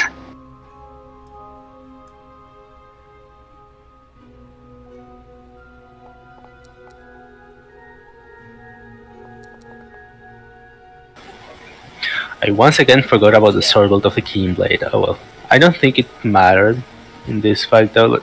I only did one attack and... Yeah, I didn't.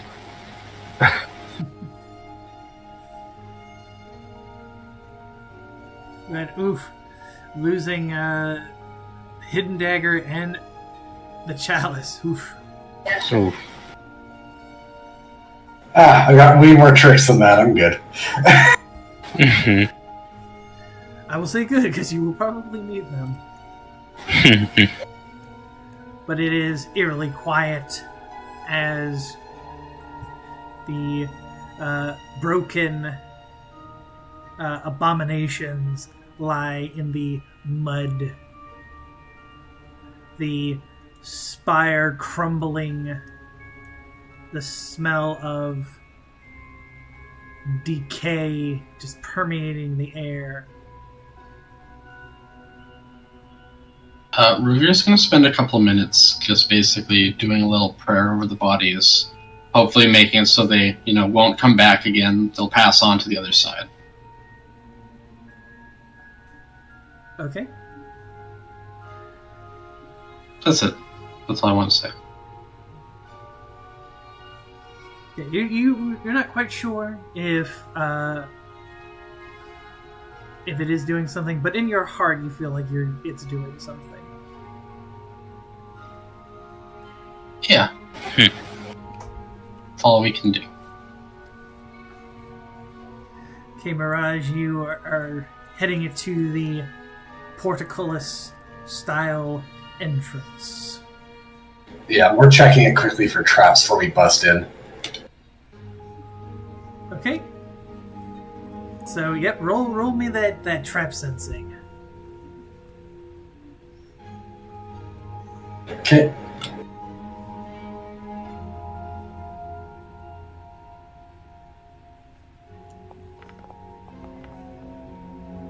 Well, good thing I took that thing for perception. You, as you're kind of observing the portcullis, you do see that there had been mechanisms for traps, but they look like they had rusted a long time ago. They were probably left from the conflict. So it is untrapped. It is safe to open it and go through.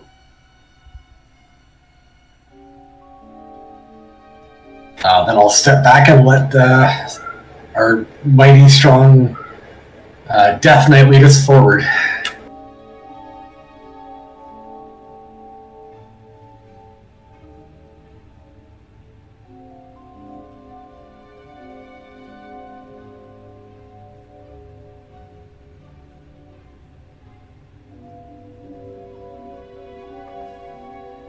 Oh, sorry.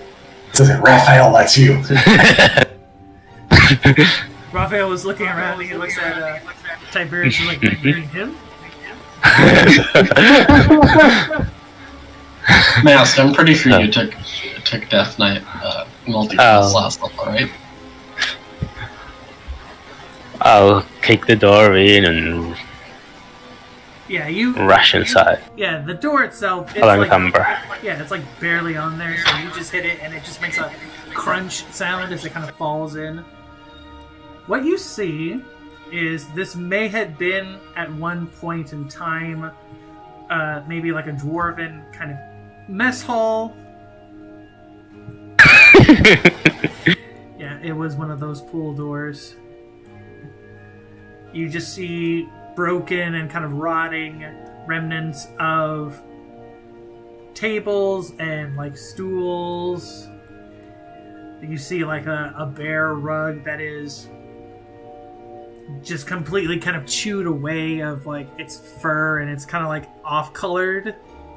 There's torn banners, there's cobwebs. The only thing that seems to be alive, and I'm saying this with quotations, is the chandelier candelabra and the various little torches. But they are glowing an eerie green color. You're still cutting out. Sorry.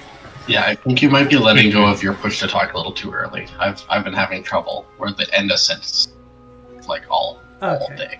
I'm just gonna hold it then.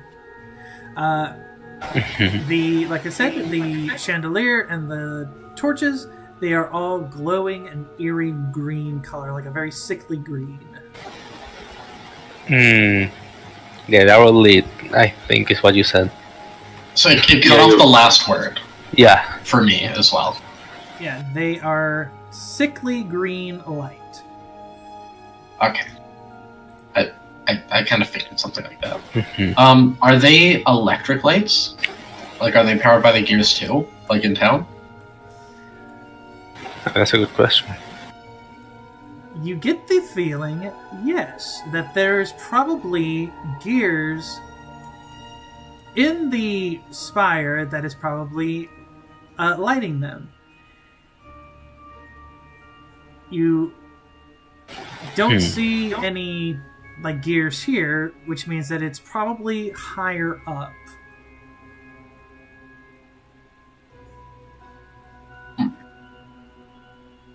I'm gonna tell Mirage to. I'm gonna tell Mirage there is a suspicious fireplace that I think he should maybe take a look at.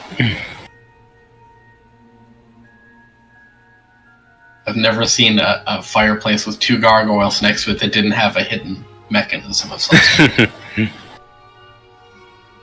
I'll hop over the carpet just to be safe and then check it out. Mm-hmm.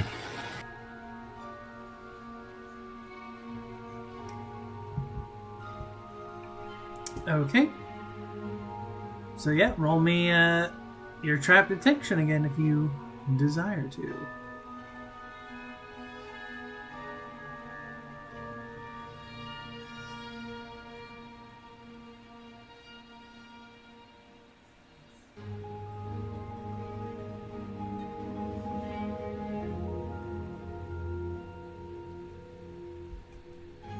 Mirage is looming and high.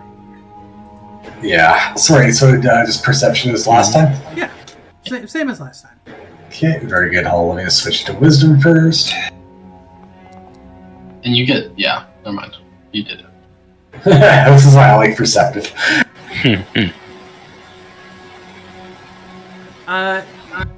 As you're looking at... So what are you looking at first, exactly?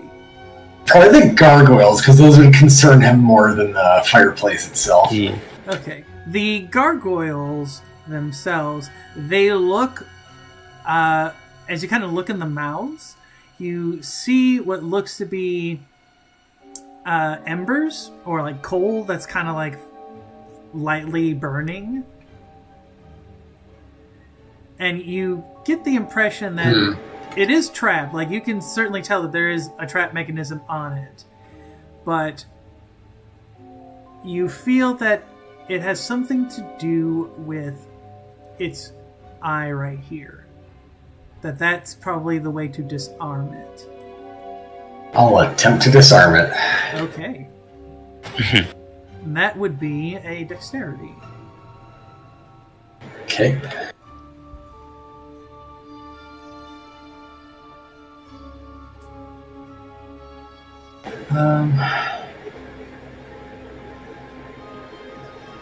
I do have a thing for this, actually. It just hasn't come up much. Okay, let's try and roll it, see what happens. Okay. Oh, that's unfortunate. I think it has to be a natural even failure for me to re-roll. Okay.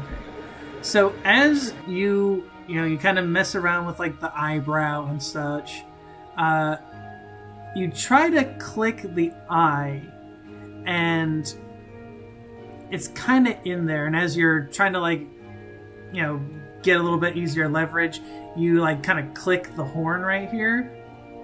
So the mechanism kind of like throws up these little flaming balls at you.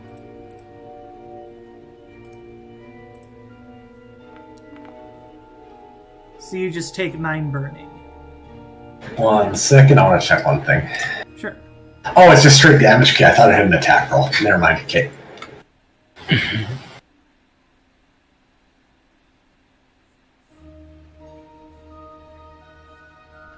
Okay, got it. I'll try it again, I guess. Yeah, you try it again and you click it, and as you're again trying to mess with it, you're able to successfully. You hear a heavy click, and the other one, the kind of glowing in its mouth goes away. So you can see from that you deactivated it.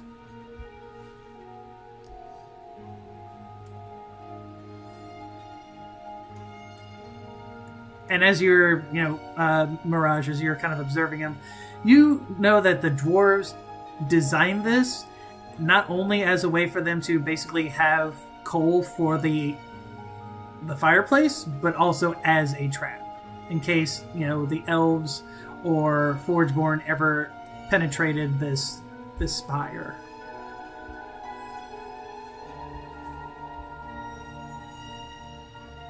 Well, that's annoying. At least we got it taken care of. And if we check the fireplace itself, is there anything to be found in there that's helpful? The only thing you see as you kind of stick your head in there is you find a brick that has some runes on it.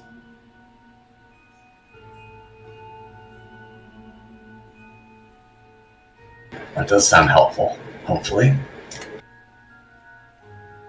So do you touch the brick with the runes on it?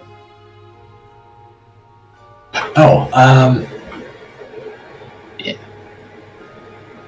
What's the chances of having a second trap? Yeah, I'll try I'll slide up up. on a brick. I'll try slide it out. Famous last words. See if I can move it. Okay.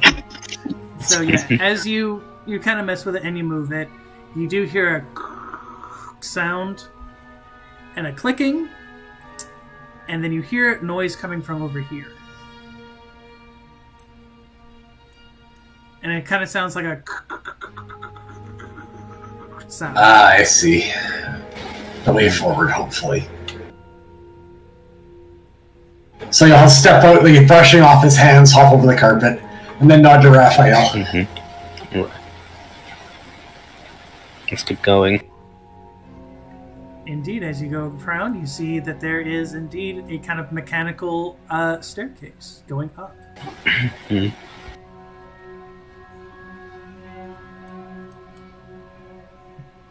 And everybody goes up, and Mask and Tiberius are looking around. And they go, "Hey, wait for us!" Yeah. Tiberius is kind of shakily holding the spear. You think Tiberius is like kind of Scooby-Dooing it, getting a little scared.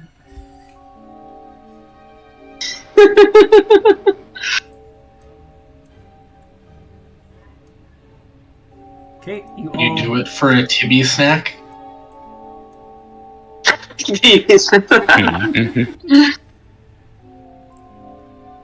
What does the tippy snap look like, Ruvier? It's just a gear that's covered in oil. Yeah, I think Tiberius would do it for a tippy snack. You just see him take it and he just plunks it into like the chest armor. And so you go up the spire. You clink, clink, clunk, clunk, clunk, clunk, clunk up the staircase. And you are met with, again, the kind of crumbling kind of structure of the spire. With, again, the eerie glow of the torches glowing much more ominously.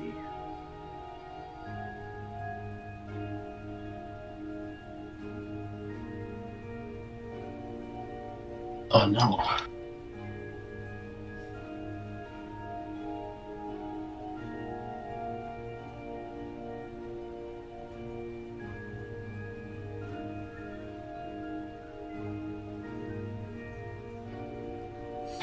Right.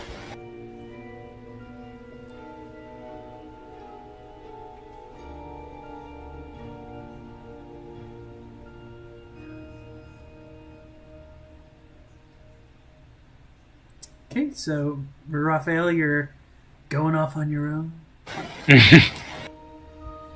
That's a bold move, Con. I'm behind, but I'll follow. I thought I'd follow.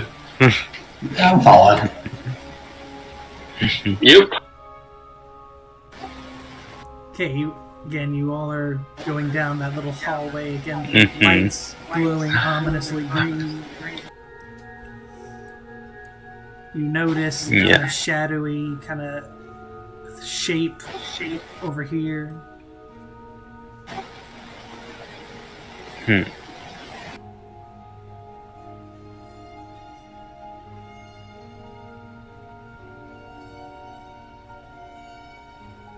Alright. Yeah.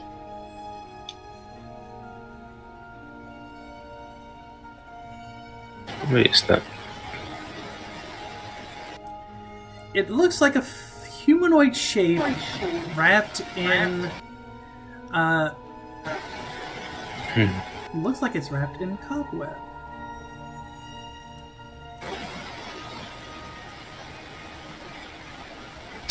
Is it moving in any way? Like, does it show signs that the inhabitant is still alive?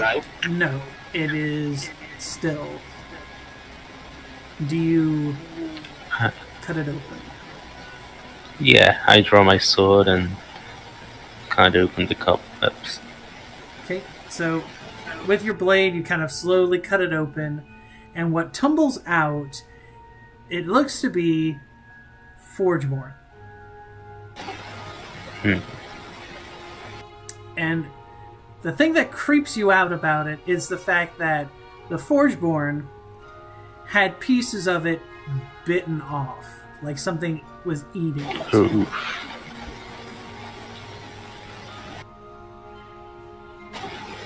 Ruvir, Mirage, you guys give me a perception roll for hearing something.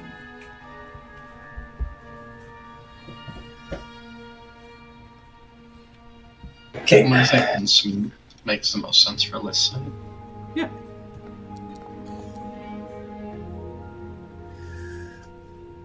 Okay.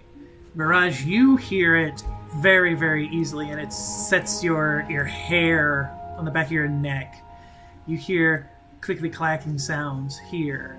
Ruvir, you hear it as well, but it sounds more like it's like in this general direction. Mirage knows that it is definitely inside this little area here.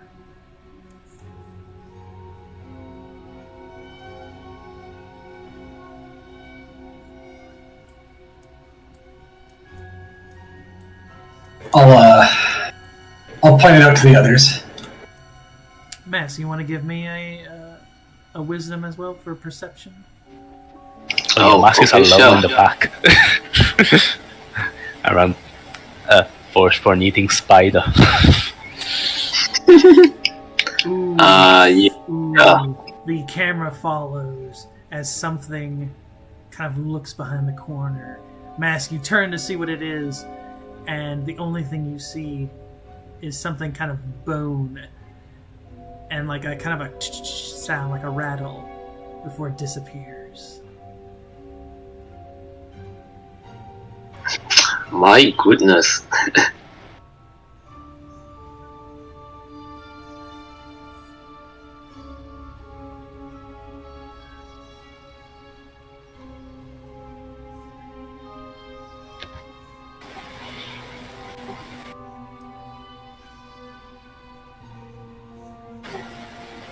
Alright, let's move on then. Be wary, Mask. Something here seems to be devouring Foreborn. I am aware of that. Yes.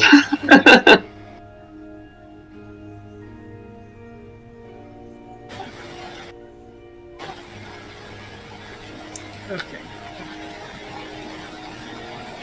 I'm gonna duck around the corner. Mm-hmm. Hope that nothing gets to us too fast. Try and ambush it a little bit if it comes around the corner. Oh, Raphael's already going around. Never mind. I'm gonna stick with Raphael.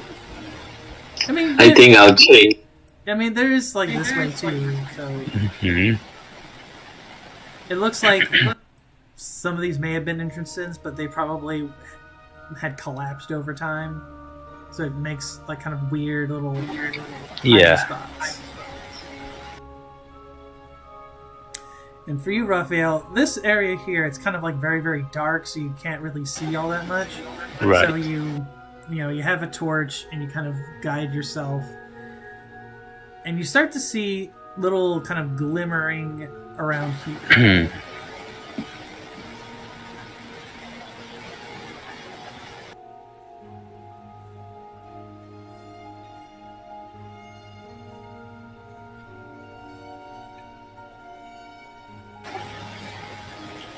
Do I think it's an undead?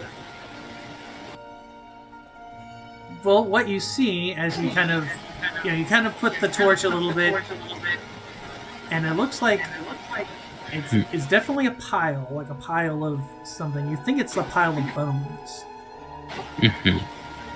But as you kind of like scoot yourself closer, it is a pile of bones, but it's Forgeborn parts. But they're kind of piled up like a bone pile.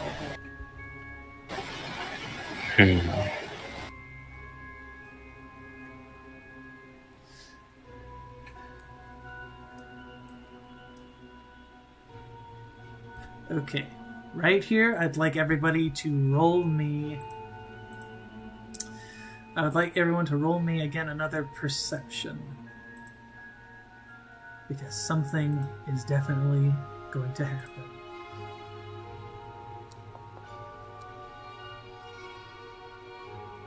What are the odds? Is it to... Is it perhaps to detect the presence of undead? Or is it not? Am I able to detect the presence of giant bone spiders that are going to call it the piles are going to become giant bone spiders? As you guys are all kind of getting in, Mirage, you're able to see it almost instinctually. For you, Ruvir and Raphael, you see it as well, but almost not as immediately. As this pile begins to rumble, Mask, you unfortunately you're getting something. Let me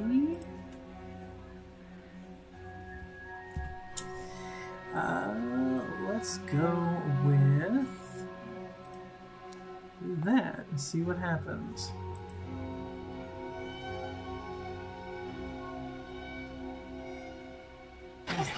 Oh, I just stayed down. In the darkness. Oh, it hit? Yep, it hit. It barely In that hit. case, give me a second. Mm-hmm. I think I have any reactions. Oh, nice. Like my circlet, gives me advance warning, and it barely does not hit. Honestly, yes, that works so well as you know, the camera kind of followed the top, and just this you just see this glint, and it cuts your cape or cloak, and as you kind of look, you see these long, jagged claws before you see this thing jump down over here. Is that the right size? It should be. Oh yeah. That's me. Well, it's meant to be large. So it should be. Mm-hmm. Yeah, it's large. Yeah. And again, you saw rumbling coming from this pile as. Let me get the other one out. Spoilers. Oh, goody. That thing comes out of that pile. Oh. But technically, it is supposed to be mechanical. I could not get my thing to do mechanical. Yeah. I don't care for that.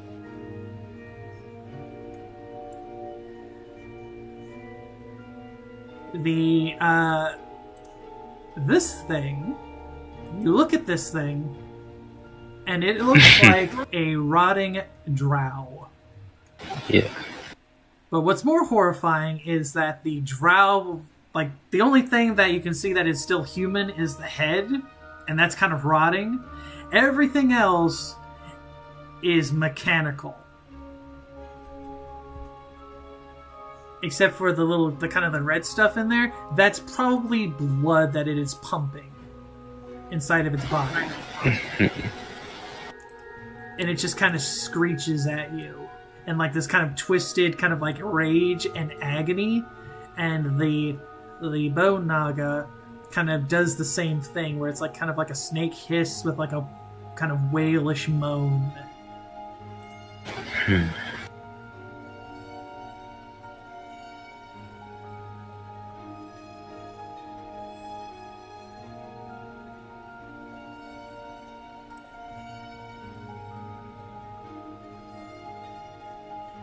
And the undead Drideroid just kind of snarls itself, and it looks like they want to attack you.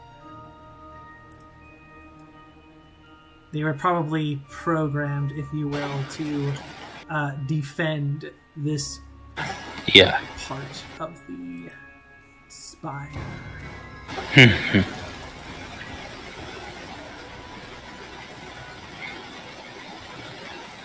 my blade and point it at the right one.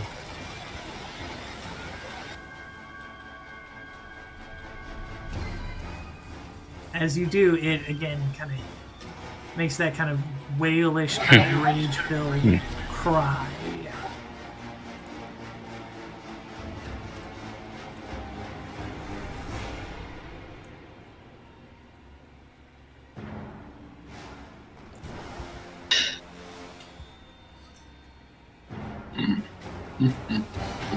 Ooh, pretty nice. Do I want to risk using my circlet? I mean, it's recharge 16 plus, but if I never spend it, it's never gonna recharge. You know. Whew, they rolled really bad on their initiative. Which I guess is a good thing for you guys. Mm-hmm. Yeah, I think I'm gonna use the circlet. If I don't have it for the last fight, it's not the end of the world.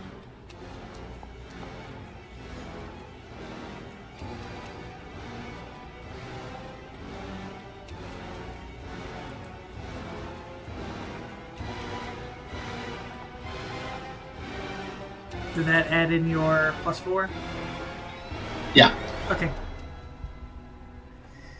Alright, everything is there. Mirage, you are up first. I didn't roll all that well either, so that surprises me. These are some big boys, though. Let's see.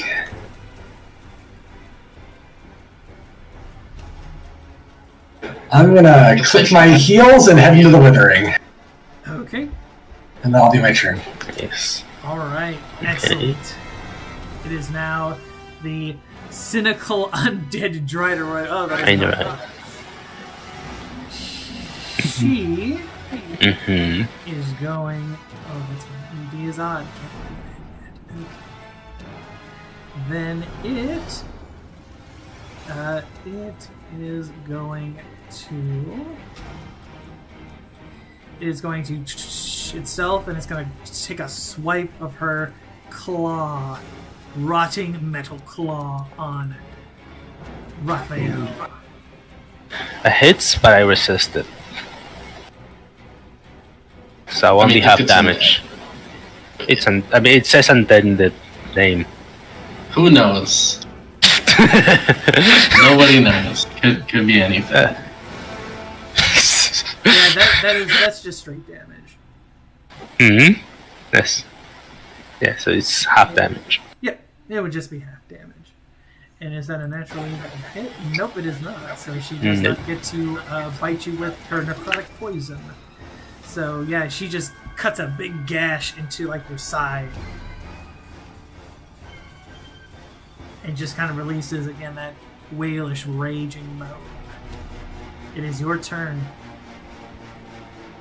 Okay, I'm not gonna use Radiant Smite. Instead, my blade is gonna start glowing red. It's kind of suffering.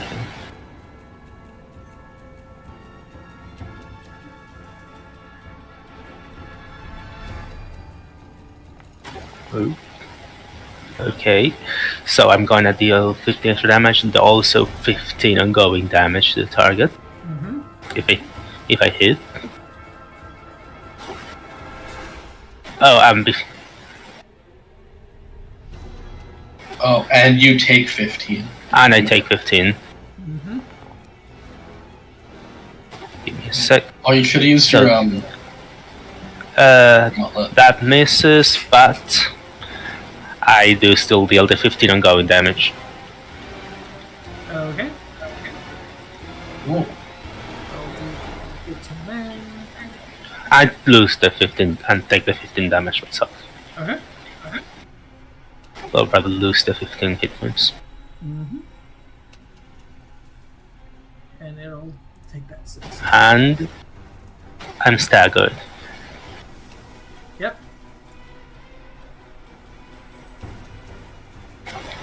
Champion of Dangerous.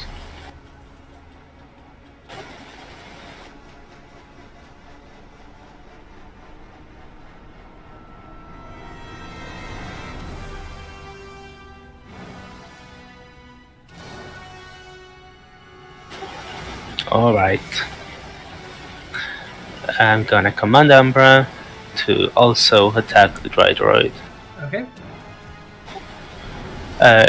She gets the +3 charisma bonus again Okay. because the first attack in this battle. And oh, It still gets to hell though. Again. yeah. Can I target both? So I seem they're close enough. They're pretty close, right? They're- Maybe? Well, they are large, so I would say they are nearby each other. So it's like- There you go. Nice. Maybe. What's happening with my rolls? I mean, either way, we get to know if they're key. Oof, their MD hopefully is well- low. That hit What? one. I got the Naga. Take that, flip it and reverse it. Takes 8 damage.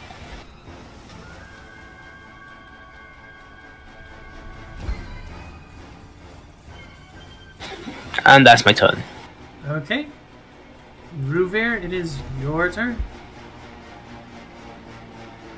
Um,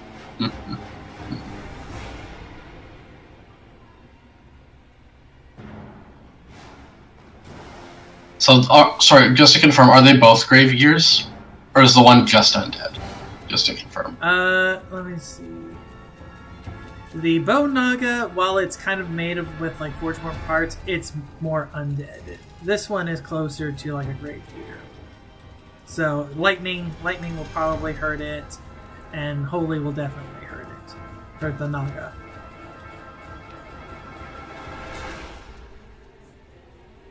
I mean, I don't like splitting the damage. But I also don't want to rush over to the Drider and have the Naga have a clean sweep over to Matt. Mm-hmm.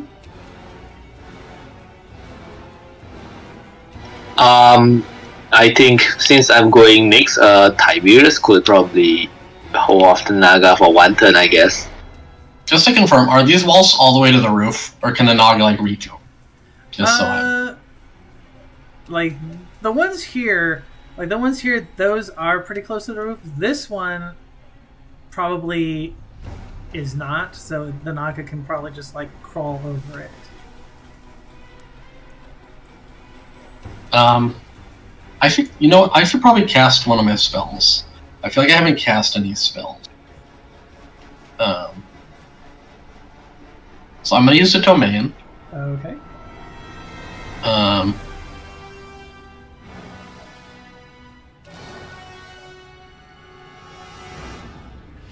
I'm gonna use Invocation of Strength. So that's a quick. So when we do crits with melee, they do triple instead of double. Okay. And I'm gonna do Light of the Maledictine Moon on the Naga, because I'm hoping that Vulnerable will maybe make up for having a low roll, if it's vulnerable. It is vulnerable, so you can totally... Okay, so that did hit, so 26 holy. Okay. Mm-hmm. Now the music is perfect for this. It's just so like oppressive. Yeah. I'm gonna use Wild Dance on myself and Raphael. I'm not gonna actually use the effect of it, and he doesn't have to. I'm just using it on us, because it says we can pop free and move to another target. Okay. So we're not doing it, we're just setting up the final verse for later. Alright. Alright. And that's the end of my turn. Okay, Mask, it is your turn.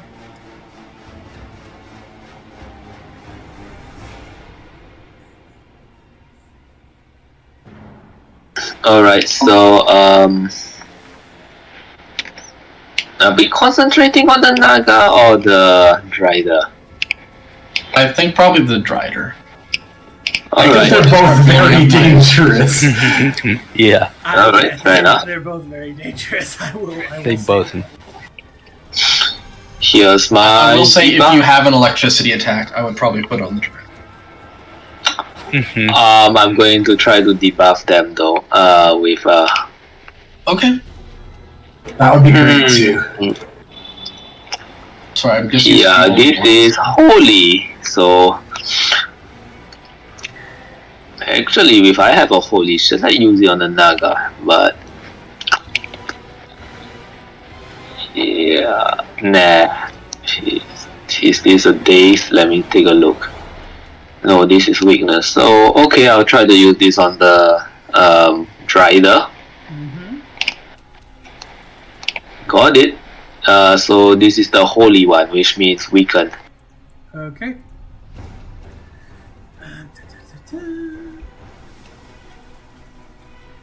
And Defense. And I think I might not have used this in a very long time. So the first save will be increase DC.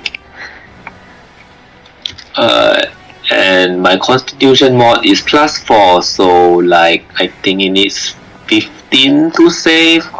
Mathematics, I don't. So just treat it like a hard save then? Might be. Yeah, sure. I think that might be the easier option. Just treat it like a hard save. Yep. Yeah. Tiberius is gonna try to distract the Bone Naga, I guess. Okay. It hits. Wow, Tiberius is so lucky recently. I know. I wonder if that's a bad sign. Okay. Alright, that's done. Okay.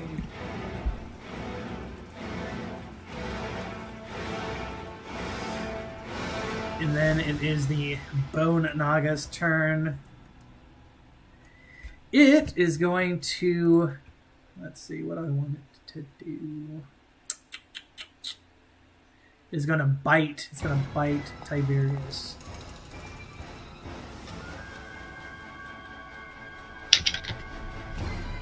And Tiberius is just barely able to get out of its way. Then it is going to disengage from him.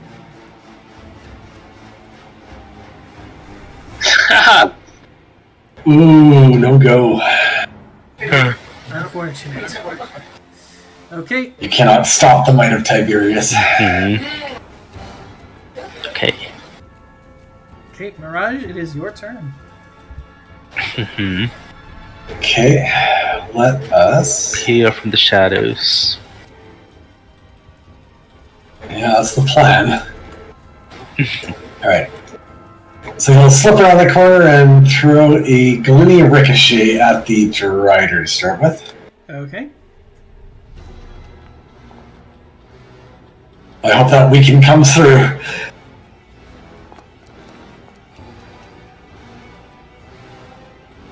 Okay, I'm also going to pop the Umbral Miasma and all this damage gets doubled.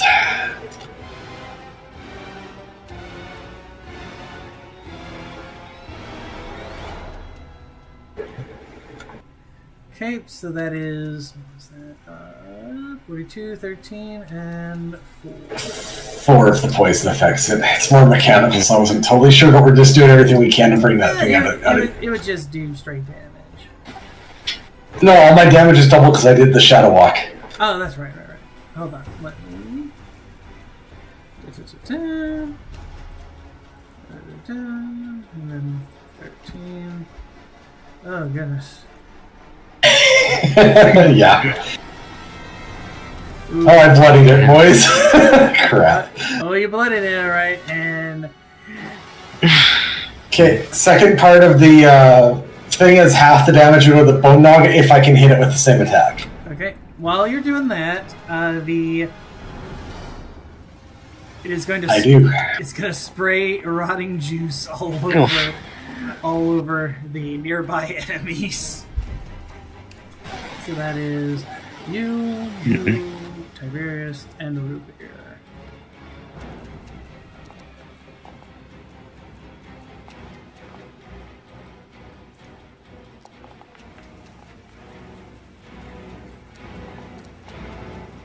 Uh-oh, somebody's...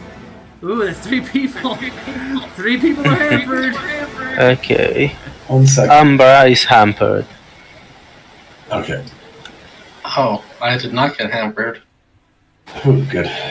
Only two. Tiberius Only gets two hampered, rounds. but I don't think he cares anyway. Tiberius doesn't carry the shuts down for a minute. I think Umbra and Tiberius both are immune to Hampered. It doesn't do any damage. Oh, didn't you give him Yeah. the stuff? Yeah. No, I mean, he only has basic attacks. Hampered does nothing to Tiberius, regardless. Yeah, like Umbra Same only as, has I mean, Umbra, I guess, couldn't do their... couldn't do how. Yeah. Yeah, I can do the howl, that's right. Well, that was lucky, wasn't it? Okay, DM, I did land the hit on the Bone Naga, so it takes half the damage of the initial hit. So just all that 42, etc. on it, same stuff, just not doubled. Okay, so just So it'd be... 14 42, doubles, 13. Not the poison, because the poison only takes on one. okay, so 42 and 13. Yeah. Okay, Oh, fancy. let's see. Is there anything here that this can do? No, not at the moment. Okay, I'm going to... I'm not going to hold back a whole bunch because these things look nasty. I'm going to do it quickly, do another quick throw at the undead Gyroid. Uh-huh. Pretty good roll, hopefully hits. That was pretty good damage, so I'm hoping so. Yeah, 35 and 17. Yeah, that's a good shot, that's a good shot. Mm-hmm. Just checking for one more quick action I can do really fast. Yeah, it's like you're cutting into like the mechanical parts, and you're just hearing, you know, again that wailing misery. Like this thing is just, you know the thing that says "kill me." I think it's from Alien Resurrection. Yeah. That's basically what it's saying to you, Oh boy. but it's saying it in like Drow Elvish. Okay, I've got one quick action left. I'm going to use that to use the Faceless Fandango on Raphael. So I begin to dance, so I'll do 8 temporary hit points. And that's all my actions, the best I can do. Okay. Alright, the Drider is going to try and disengage. It takes a 9 base because of Umbra, because technically Umbra is an enemy. Mm-hmm. Umbra's a good boy. Oh, I know. No. Then it's going to... Yeah, I think it's desperate, so it's just going to try and strike you with its claw and try to just take you down. Good luck with that. With a 20, Oh man! A 20 damage. Oh no! That's unfortunate. That's really Hold on, unfortunate. hold on, I didn't. Oh, I added the temp HP to Umbra instead of me. Hold on, give me a second. I did put the temp HP on you. I don't know if it's going to make a difference with that kind of damage, but... Yeah, no, I'm just saying I added it to Umbra instead of me. Okay.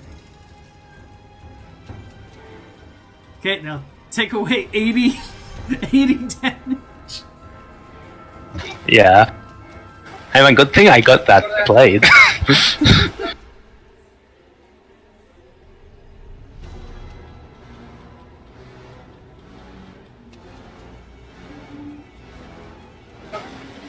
Not a... Okay, and technically it gets a necrotic bite, so it's gonna do that on Umbra. And then miss. This isn't okay.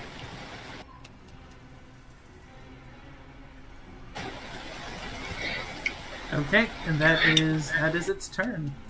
Okay, Raphael, it's your... Oh, Okay. I need to roll its weaken, which is going to be a hard save. Mm-hmm. Nope. So the first thing I'm gonna do... Oh, and the 15. It needs to take 15, Yeah, it needs to take 15 damage. 15 damage too. And roll for that. Oh, it's got to roll the damage for the ongoing. It's gonna roll the save for the damage. Oh, alright. Okay. Nope. Nice. So you'll.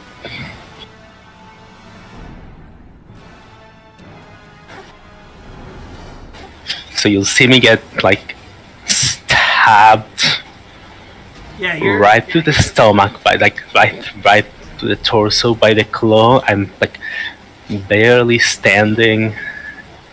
Oh yeah, and like so- your guts are hanging out. That's how bad that cut into you. And so I hold up a hand with a bright, like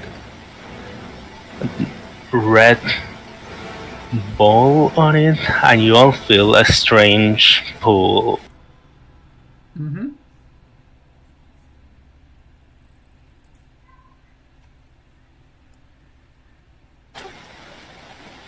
And use blood donation. You see a little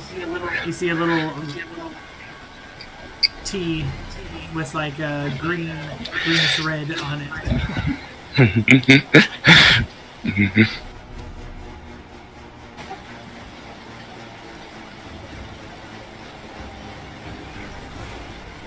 Okay, it says one nearby Okay, willing ally. one nearby willing ally. So who's spending it? Who's spending the recovery?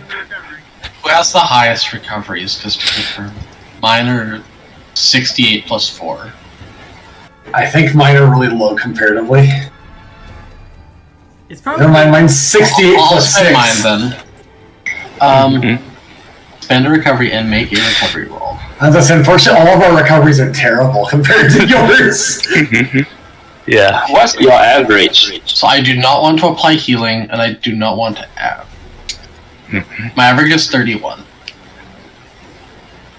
Oh, in that case, yeah, you're better than me. Mine is 29. Yeah, when I'm in blood donation, I think I have the best recovery. My recovery is 33, so I should probably spend it. Right. Do you want to? Yeah, I will. Okay. Oh, it actually healed me. I wasn't supposed to do that. 1 second. Yeah, you have to unclick the. I'll fix it. No worries. Okay, so last time we ruled that like I go to 0 and then I apply the healing, or yes. nice. Yeah, basically it's when if it's like minus, you basically don't worry about that. You just put it to 0 and then you heal.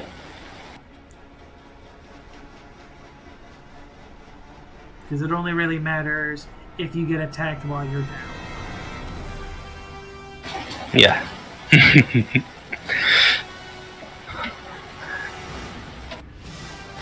And then I can use. Do I want to be almost dead? I think I'm gonna keep that.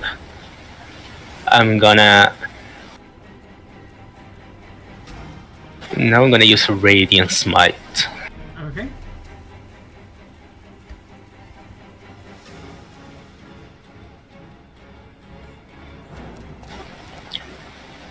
And that's still for the, just for the.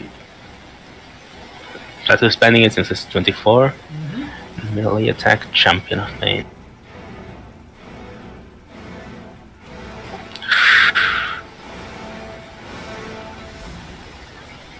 Oh wait, have I done a melee attack? I haven't done an attack with Champion before, so I have advantage.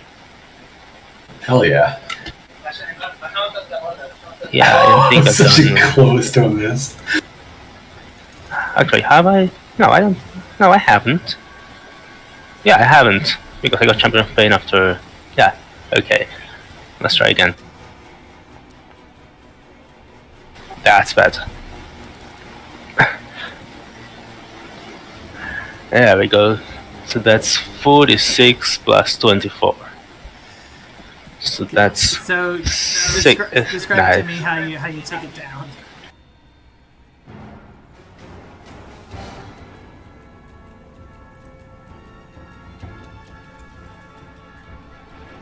Okay, so Raphael, describe to me how you take down the. Oh, Dreader I Lord. took my finger off push to talk.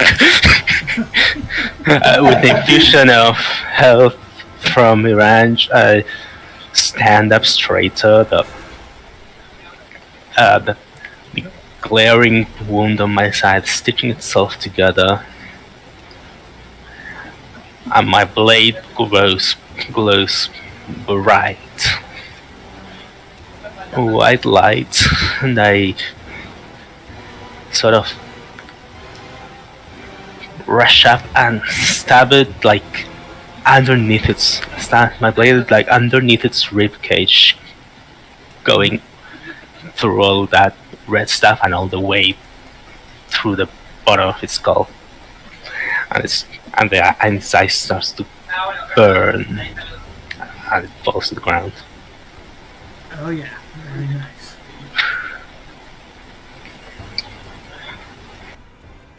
That's good, because if you had brought it down, I don't think Moses can take 80 damage in a hit. Yeah. And then I'll move up to the Naga, and Dunbar is also gonna go up to it. And it didn't come on Dunbar, so they don't get the escalation die.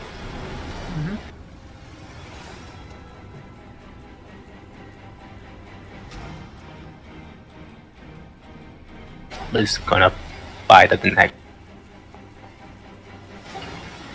Oh, yeah. it is on the 20. It isn't 20. Oh yeah, and get the howl for free. Yeah, so that's free howl stick. 34 damage. And the howl.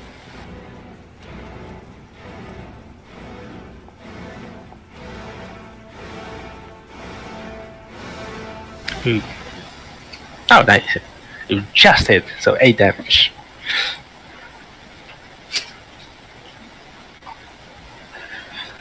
Alright, and that's my turn. Okay, Ruvir, it is your turn.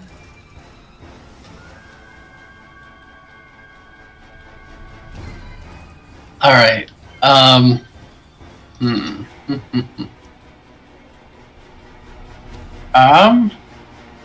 I mean, we might as well roll Elven Grace. See what happens. It was a 3, so no.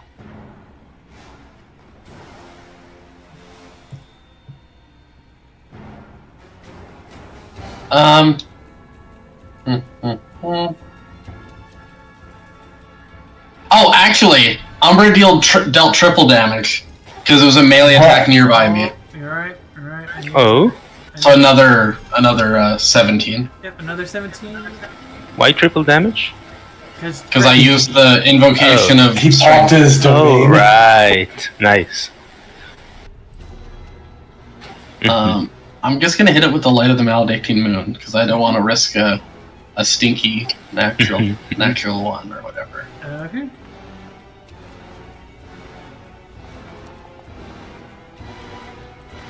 Ooh, it gets to. It's gonna 30. do. It's doing this to you. How dare you? But I have to roll a save, so I mean, it's Oh, I didn't do that last time. Oh. because it says it can roll a save, which basically to me means it can choose to take it or not. And I figure in its mind, it's like it's gonna die. It needs to try and take you out, so it is going to try and use the death rattle on you.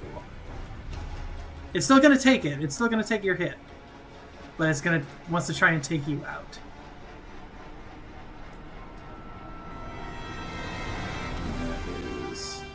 Whoa! So I start taking them, but if it's dead, it automatically I save. Yeah, like it's like as soon as like your like power like hit through it, you felt it trying to choke you with the last gas saves. But the blast... No, it says the spell is negated. It's still up. Yep. Actually, I have another icon dice, and we're at like 2 minutes to stream ending, so I'm gonna use my icon dice. Which icon is it? It's the Confessor.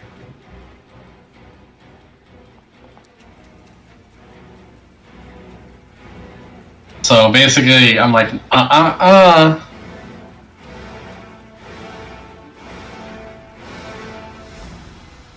Okay, so yes, you feel the Confessor's kind of holy light kind of encompasses you and kind of like pulls your spirit back into your body, and you kind of gasp deeply as your soul and your body try to like reconnect with each other.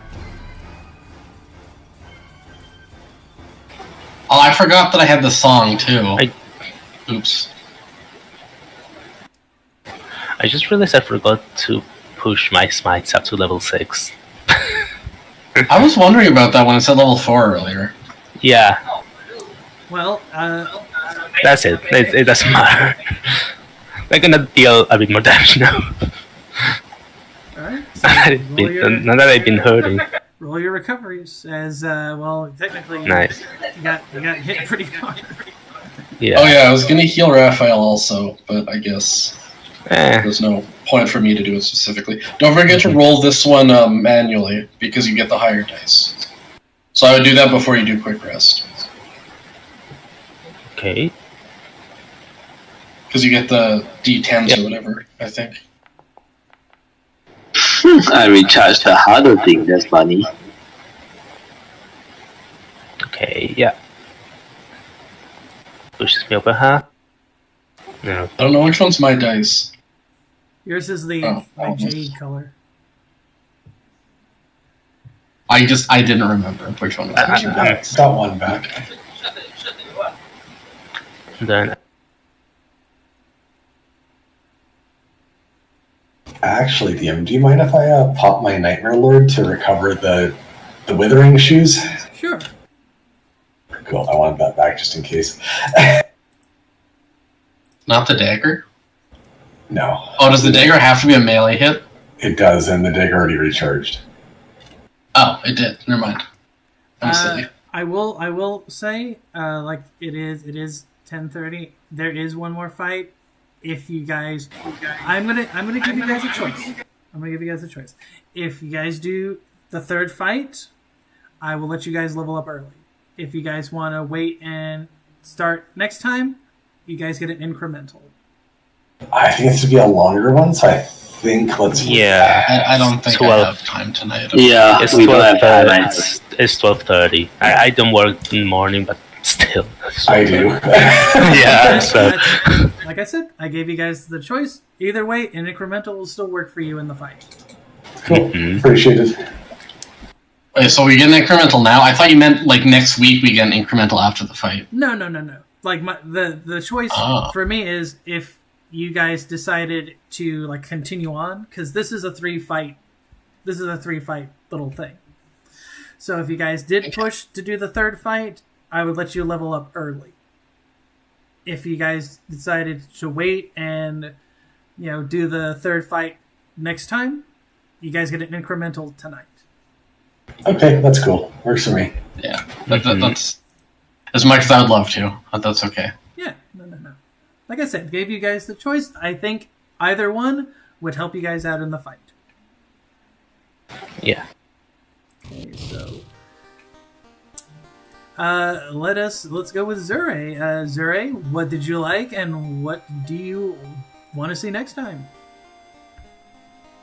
Ooh, that's a good question. I mean, I liked absolutely bodying that Drider with boatloads of damage. That's always fun. Next time, huh? Oh, I really also wanted to say I really liked Raphael and Mass working together to kind of like help out the Warforged. I thought that was cool as hell. Next time, I'm curious to see what kind of horrible monstrosities we're going to fight and hopefully dismantle. That is very true. Well, we will see. Nanaka, what did you like, and what do you want to see next time? I thought the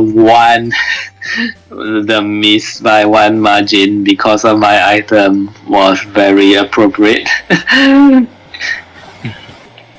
it's great too because the wizard were not like taking 40 damage. Yeah. Now, in the original, let me actually bring it up here. In the original,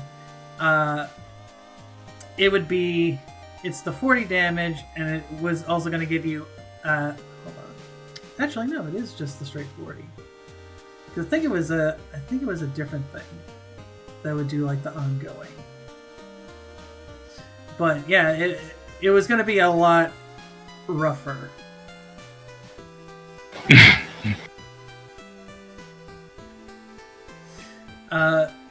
But yeah, what do you want to see next time? Well, same as